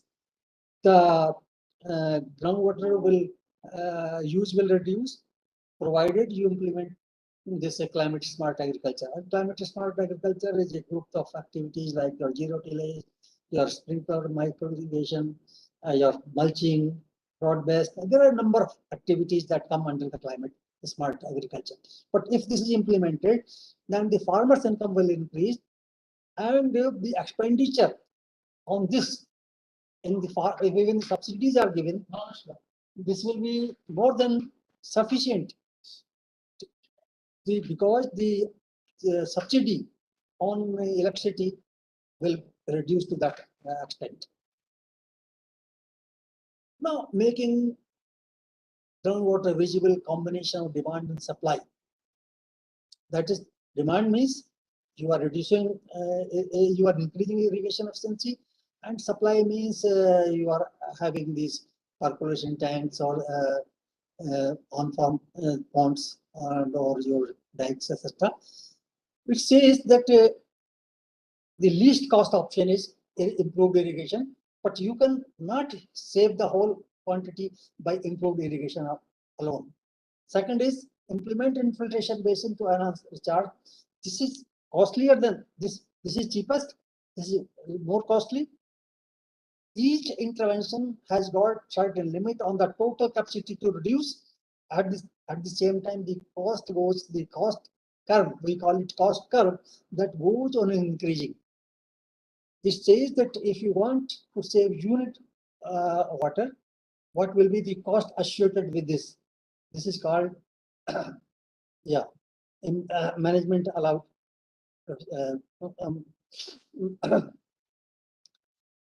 Irrigation, if you convert irrigated area to dry land, this is the most costly because the reduction in yield is very high. So depending upon the combination of these various activities at different places, different, you can say, combination of these interventions will be required. Fourth is regulatory mechanism.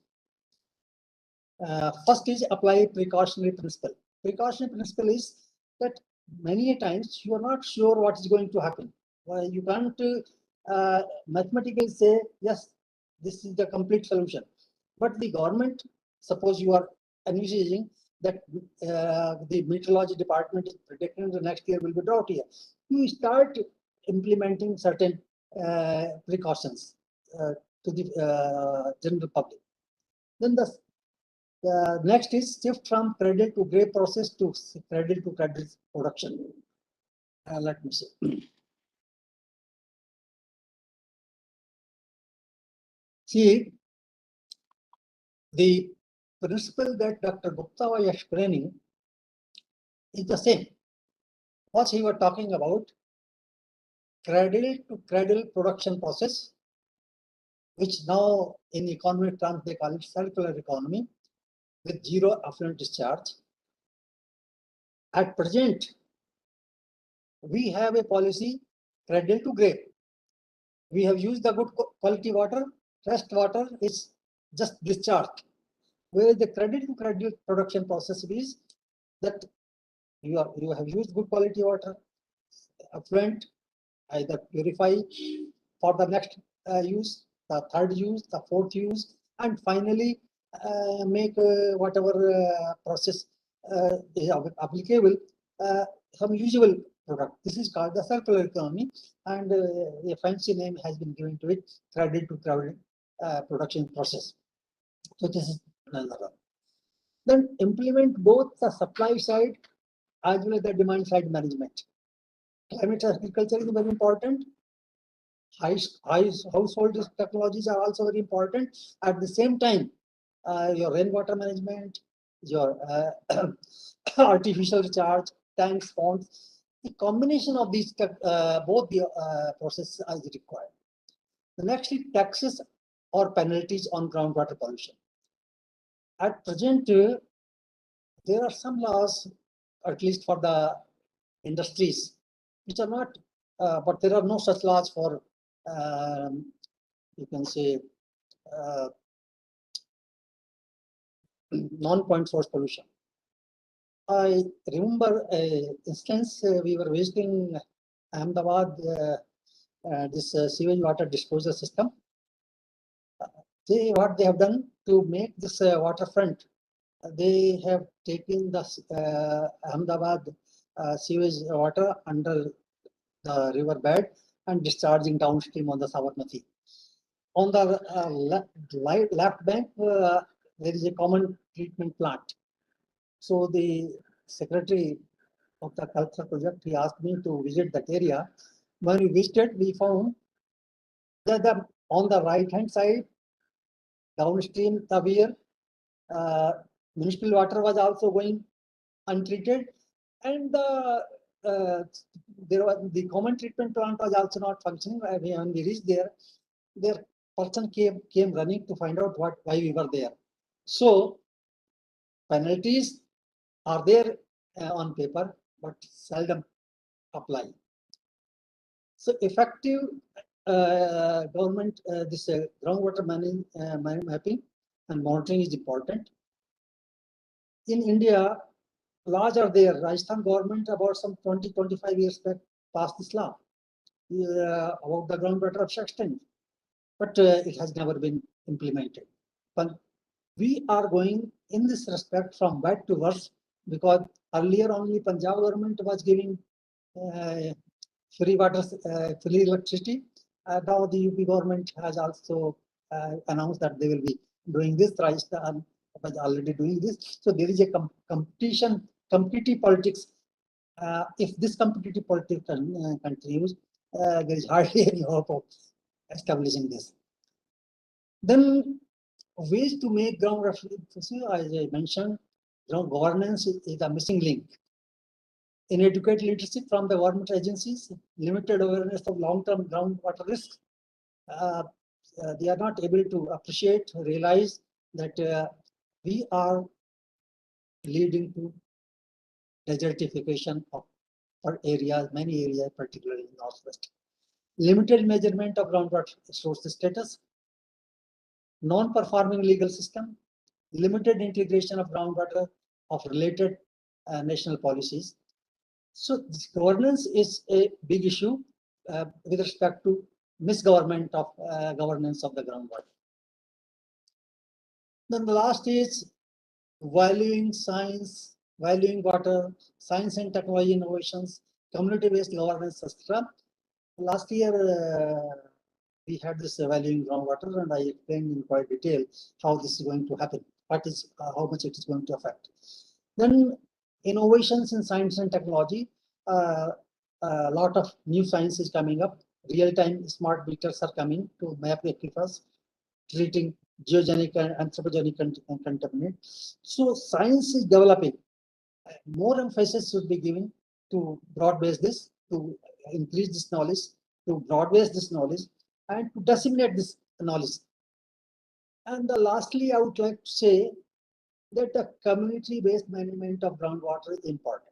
Whatever laws you can make, unless they are implemented at the village level, this will not happen. So my suggestion will be that at the community level means at the village level. Earlier, when the water was limited, say for example, in Rajasthan, drinking water in tankas are guarded, and there is a rationing of water. Similarly, for groundwater, it should be the community-based management at the village level. There should be some restriction on how many hours you can pump water. Unless this is done, this is not going to change the situation. Suppose this happens, what will be the outcome of sustainable groundwater development? Healthy people, increased prosperity, equitable societies, protected ecosystems, and resilient communities. If we don't do, then you are going to face calamities. The prosperity level will go down because your production will go down. Inequity in the society will increase unless community management is done, and the ecosystems are already getting destroyed. If you don't act now, you will face the consequence in the future. My concluding remarks: raise attention to groundwater in the context of relevant societies and advantage issues. Societies has to become active. Government alone will not be able to do this. Improve information and knowledge on groundwater sources. Disseminate relevant technologies to use for faster implementation. Then link groundwater to SDG in monitoring and reporting. As I said, SDGs means Sustainable Development Goals and sustainable groundwater development, they are very much linked. Raise awareness on manifold values of groundwater. See, it is not only the irrigation that is important. It is also important that our springs which are supplying water to hilly areas or which are responsible base flows are also maintained. Finally, increase public discourse on groundwater. More and more, it is not only once a year you celebrate World Water Day. More and more such activities so that public get aware of it and remedial actions are taken. Thank you very much. That's all. Thank you very much, sir, for very illustrious talk and package of all in one. It is really very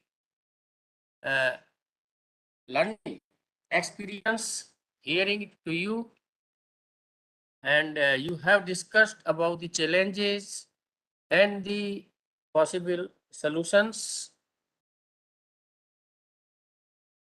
and all the participants would have been benefited. I hope.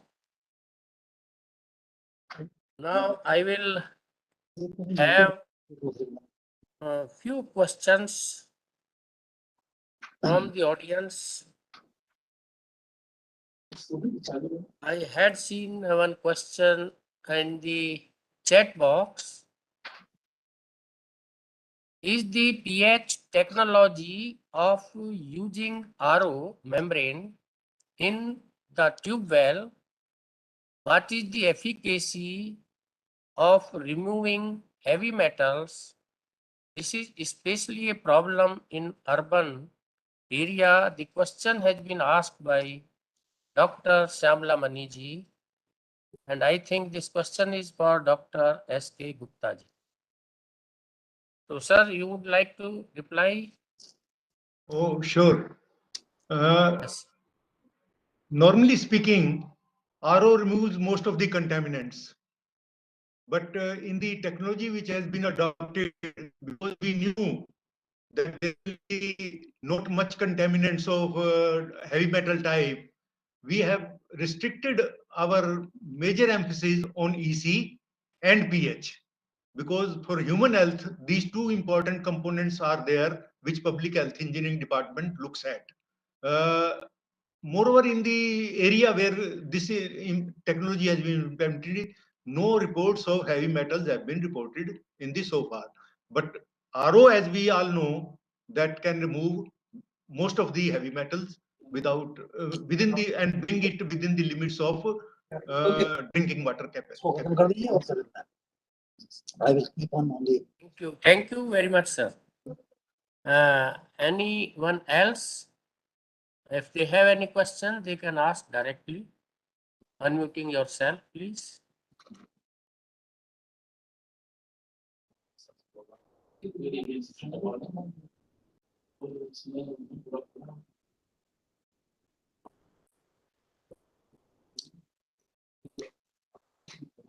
Hello. If there is no question, then we can continue. And if Dr. Dheeraj ji is present, then I will request Dr. Dheeraj to say a few words about this celebration on the World Water Day. Dr. Dheeraj ji. Sir, sorry, there was some technical glitch at the outset. No issue. Namaskar and a very warm welcome to you all on this virtual celebration of World Water Day 2022. My humble thanks to IDC Foundation and all its associated members for organizing this webinar on a very important aspect and amongst the 5 elements of life, which is water. The activeness of and passion of Tyagi sir and IDC Foundation members is highly appreciable, and being so humble and dedicated towards environmental aspects makes IDC Foundation and its associated members respectable. This initiative that has been taught is good, and we all should come forward and participate. Today we had amongst us various guests of honor, eminent dignitaries and speakers who delivered their valuable speeches on this important aspect. I am the Managing Director of an environmental consultancy organization named GRC India, which is based in Noida. Our ultimate objective since inception has always been hand-holding our stakeholders and progress towards sustainable development. World Water Day, which is held on 22nd of March every year since 1993, focuses the importance of fresh water. World Water Day celebrates water and raises awareness of the billions of people living without access to safe water. The theme of this year is groundwater, making the invisible visible. Groundwater is a vital resource that provides almost half of all drinking water worldwide, about 40% of water for irrigated agriculture, and about 1/3 of water required for industry. There's an abundance of technical expertise available throughout our country, and the only need is to garlanding them together and work towards betterment and improvement. For example, we are aware that each district in our country is being represented by a regional officer of Pollution Control Board, and they are competent. Just 1 second, sir.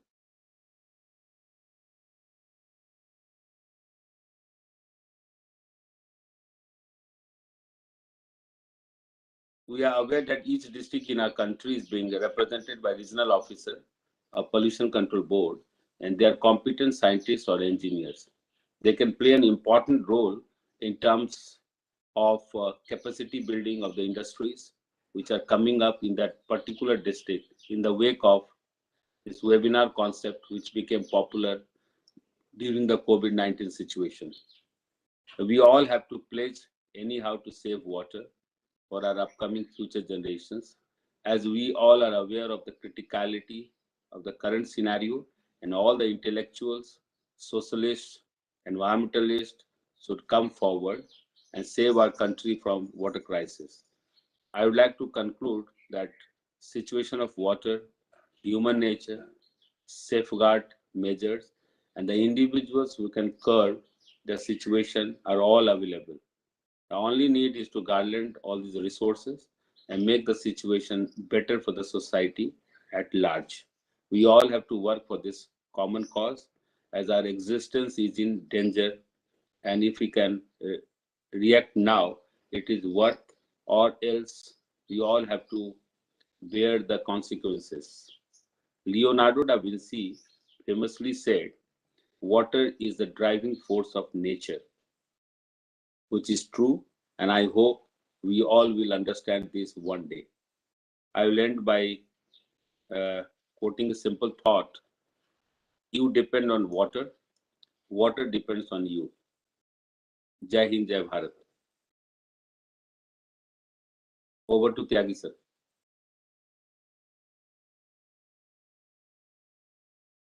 So kindly unmute yourself.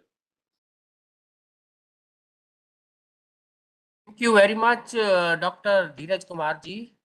Your support is always encouraging to us, and you are doing remarkable job in the sustainability. Now I will invite Rakesh Kumar ji, who is former General Manager NTPC and also the member of the Governing Council of IDC Foundation, for his concluding remarks and vote of thanks. Thank you very much. Rakesh ji. Thank you, Sushil Tyagi sahab. Thank you, sir. At the outset, before I start my summary of the conference, the last slide of Dr. N.G. Tyagi, that is the prime color of world is green, which makes it beautiful. And that is the outstanding statement on the groundwater and water for everything that is required to be done in water, including its management and micromanagement. My own personal comment on water is that, water on earth is that, as the water is necessary for the body, that is the human body, and water in human body, the correct amount of water, the correct distribution of water inside the body, and the balance of water inside the body, the same way the balance and distribution of water, availability and conservation of water and efficient use of water is necessary for the survival of earth and humanity as well. Now coming to this, concluding remarks of this today's conference, the World Water Day, and that is the making the invisible visible. Dr. S.K. Tyagi just started the conference with the introduction of these speakers and the addition of its regular activities like the Environment Day and World Water Day. Ajit Tyagi Sahab, the chairman of the IDC Foundation, Ajit Tyagi Sahab, the chairman of IDC Foundation, he emphasized that water is a scarce resource, not an infinite resource, and spoke about the summer scarcity and the importance of use of groundwater, which is a great issue. And recharge of underground, the groundwater is very, very critical issue. And surface water, the efficient use of surface water is also important,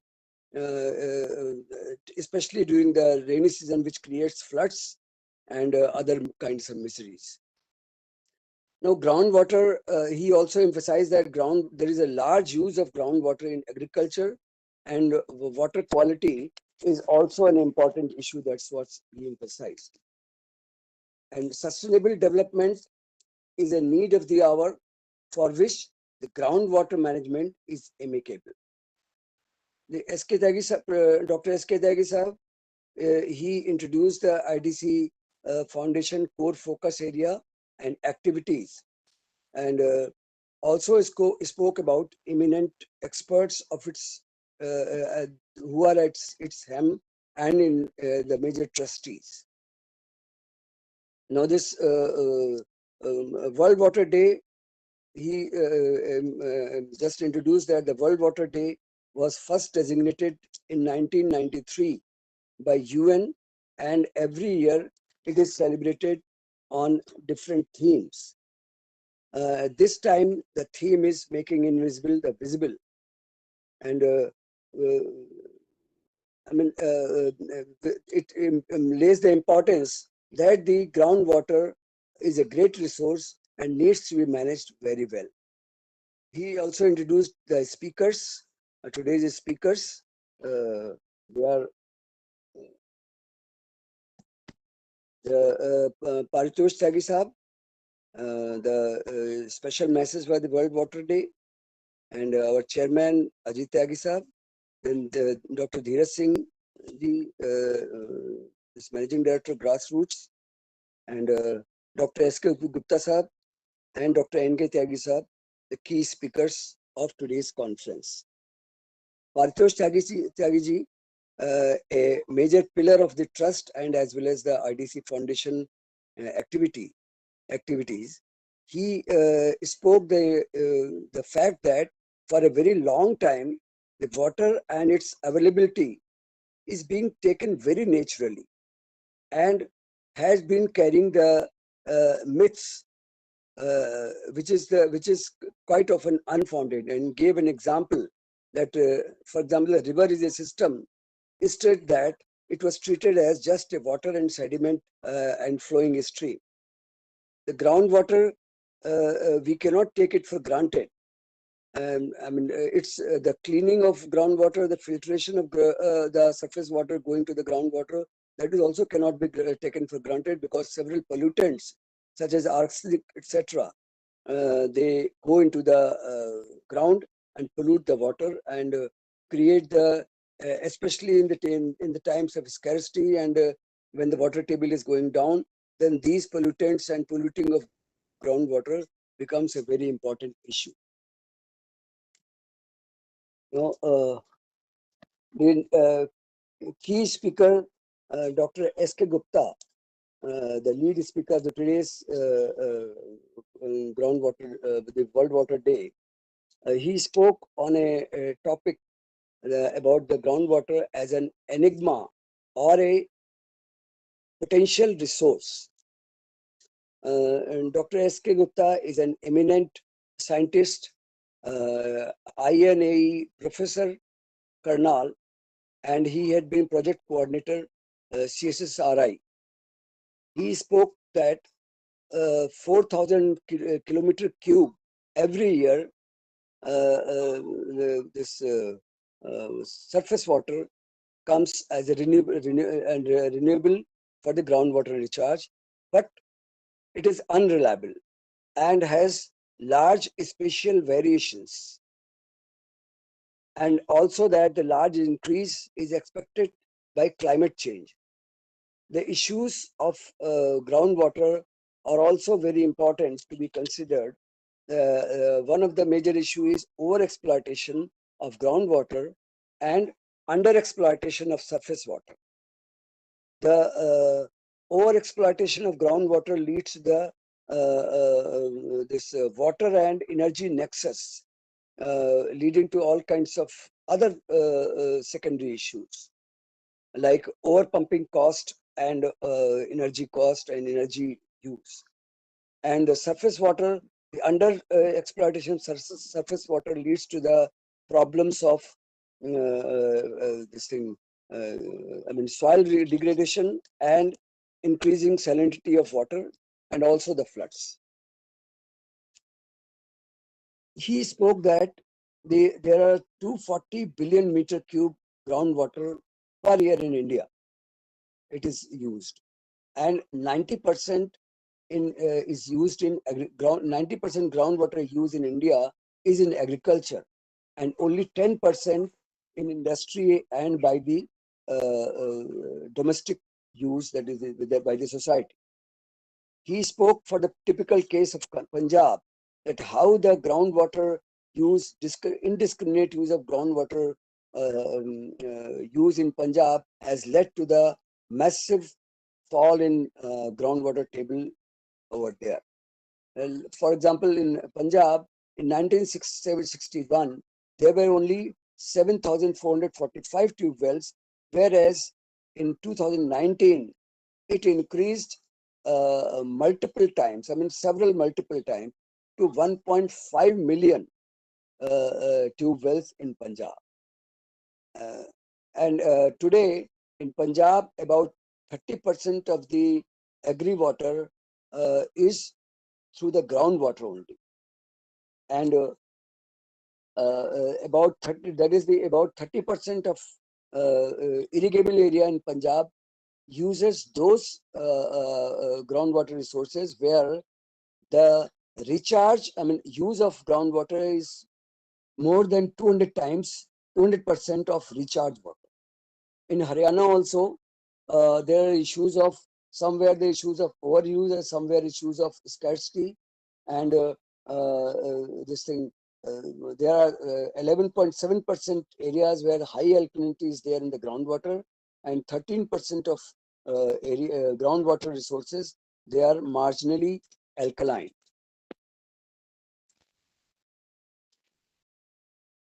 And he also spoke about the poor quality of groundwater, that is the and high salinity. The extent of poor quality also he spoke about, and distribution of water quality, because the water quality of groundwater is also a very, very important issue, and maximum degradation of groundwater is in Punjab and Northwest India, and also in Southeastern India. He explained through the resource mapping explanation. Then arid and semi-arid areas in 10 states comprise 40% of total surface water, and total water withdrawal in total water withdrawal of groundwater is from 16% saline groundwater resources and 84% freshwater resources. Out of this 16% saline water groundwater resources, industrial use accounts for 2%, mining accounts for 1%, and 97% the saline water use is in thermal power plants.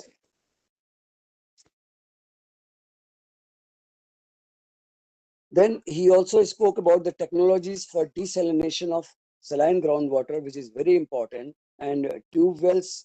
He spoke about the project, pilot project tube wells installed at Jhajjar, where the effluent discharge of that those tube wells injected into the very deep tube wells. Then he also spoke about the use of inland saline water versus the seawater and desalinating it. And in terms of desalination technology, the use of, sorry, let's stop. Yeah. In terms of desalination technology, he spoke about the importance of use of brine technology, which is the key to the development of viable desalination processes. And in situ dilution of saline groundwater, also a very viable technology. One such pilot project is in Mewat near Gurgaon. Then he also spoke about saline water as a very, very potential type of water which can be used in agriculture. And drip irrigation technology is a very useful technology for the blended use of saline water.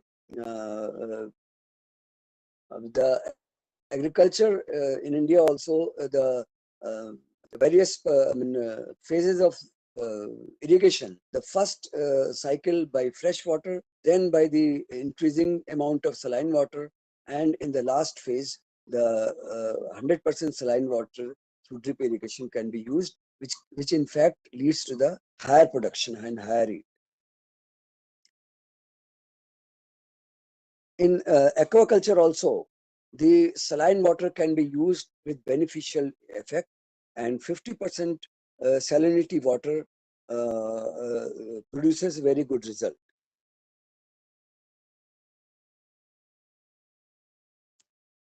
Then the Dr. N.K. Tyagi Sahab, he gave his presentation on making invisible to visible, which is important for our march towards sustainability. Outlining his presentation, he spoke that about the groundwater as a subject. That is the groundwater's beauty is that चारों तरफ है उसका नजारा, चमक रहा है उसका सितारा. It's very aptly described the importance of groundwater and its impacts, and also the impacts of its negligence. He spoke about the key points of groundwater, which is a life support system for Earth. Also spoke about propagating awareness, importance, critical issues, and developmental aspects of groundwater, like climate change, etc.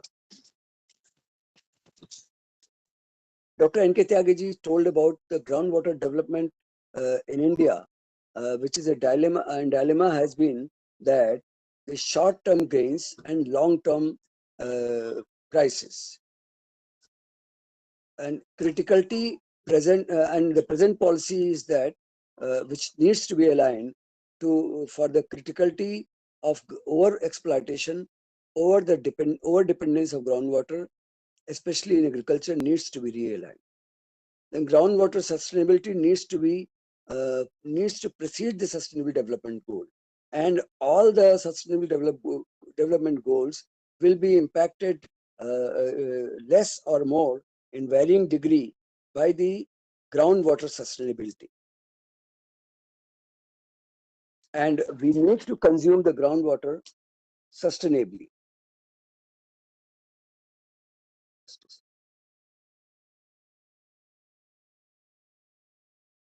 Then he spoke about the importance of groundwater by emphasizing its regulating actions on the water cycle and our life related to the water cycle in surface and the groundwater.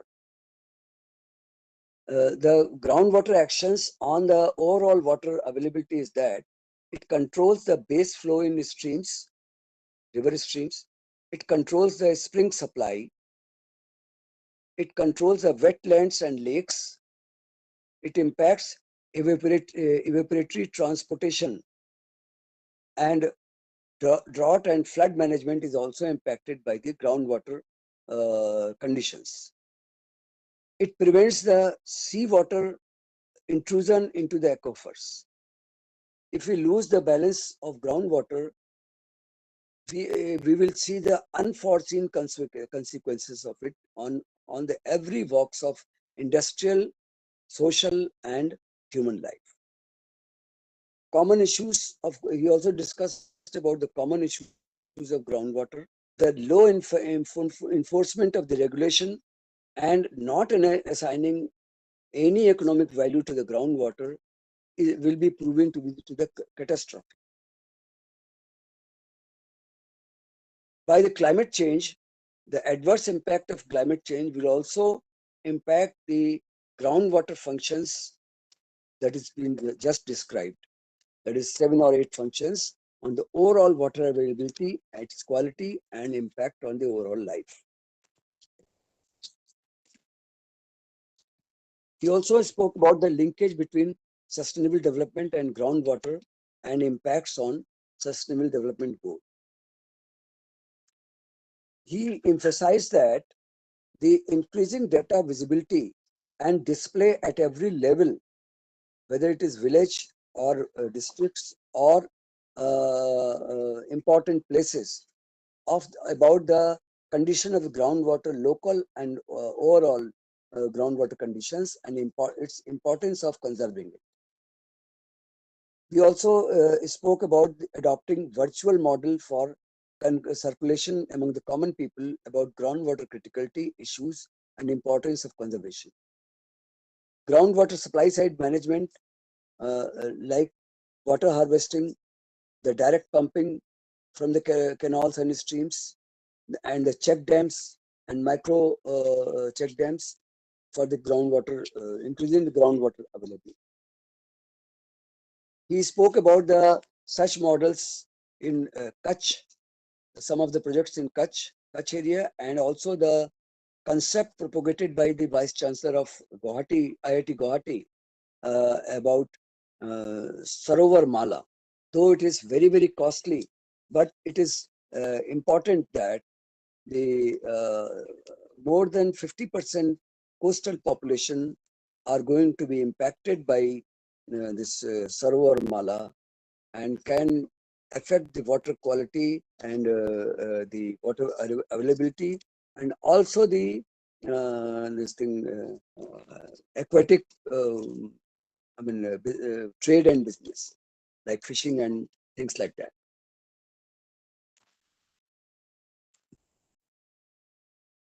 Then in the end, Dr. Dheeraj, Dr. N.K. Tyagi ji, just a second. A very important slide. I will just, a very important slide about the various means of groundwater recharge and groundwater management and regulation techniques. And he gave a very, very, concise picture by a bar diagram showing the unit cost of loss from demand reduction or for or implementing or alternative supply sources. He spoke about improved irrigation efficiency, which has the lowest cost of groundwater management. Then implementing irrigation basins to enhance recharge, a slightly higher cost. That is, it requires the pumping and other things. Then implementing percolation tanks to enhance recharge. Then the next change to less water intensive, but it also leads to less profitable crop. Then implementing recycled water irrigation system. That is also very, very viable and has a good impact on groundwater availability and its conservation of quality. Then lastly, he spoke about the to cease irrigation and return to dry land pictures and crops, which is a big no-no, because it is a very, very high cost proposition. And so the all other means of this thing, groundwater depletion management and groundwater regulation, as well as other methods to be adopted. Then in the end, Dr. Dheeraj, Managing Director, GRC Corporation, he spoke about the this today's importance and criticality and aptfulness of this year's concept of making invisible the visible, and spoke about the all-round actions to correct the groundwater situation very urgently, because many areas, more than 40% of the areas in India are scarce, have become scarce in groundwater, and very soon they may run out of groundwater altogether, and the extraction of groundwater may become extremely costly in those 40% area of India. So he spoke that there are a lot of expertise and sectorial people, the MOEF, CPCB, the institutional people, and the NGOs and common people as well. They should be sensitized towards the issues and importance of groundwater, to join hands together, because government action alone cannot set right the situation and align all the actions and aspects of groundwater. So it is very important that every actor is sensitized and involved in the groundwater conservation and regulation. That is the conference concluded with this last remark of the Dr. Dheeraj Singh, and lastly 2-3 questions were taken up and explained well relating to the groundwater. Coming to the end of the concluding remarks about the conference, on behalf of IDC Foundation, I thank all the esteemed participants and the esteemed speakers and the members of the governing council and IDC Foundation, various councils and trustee. I especially thank the speakers, Dr. Ajit Tyagiji, our chairman, Dr. S.K. Tyagiji, additional director CPCB, former additional director CPCB and skill director IDC Foundation, and our mentor and the pillar, Sri Paritosh Tyagiji, Dr. Dheeraj Singh, Dr. S.K. Gupta ji, and Dr. N.K. Tyagiji for presenting and giving a very elaborate presentation, and aligning and focusing the issues of the various concerned and importance of groundwater with the today's World Water Day concept, that is the making invisible the visible. With this, I thank you all for coming and enlightening this conference, and I hand over to Dr. S.K. Tyagiji. Thank you.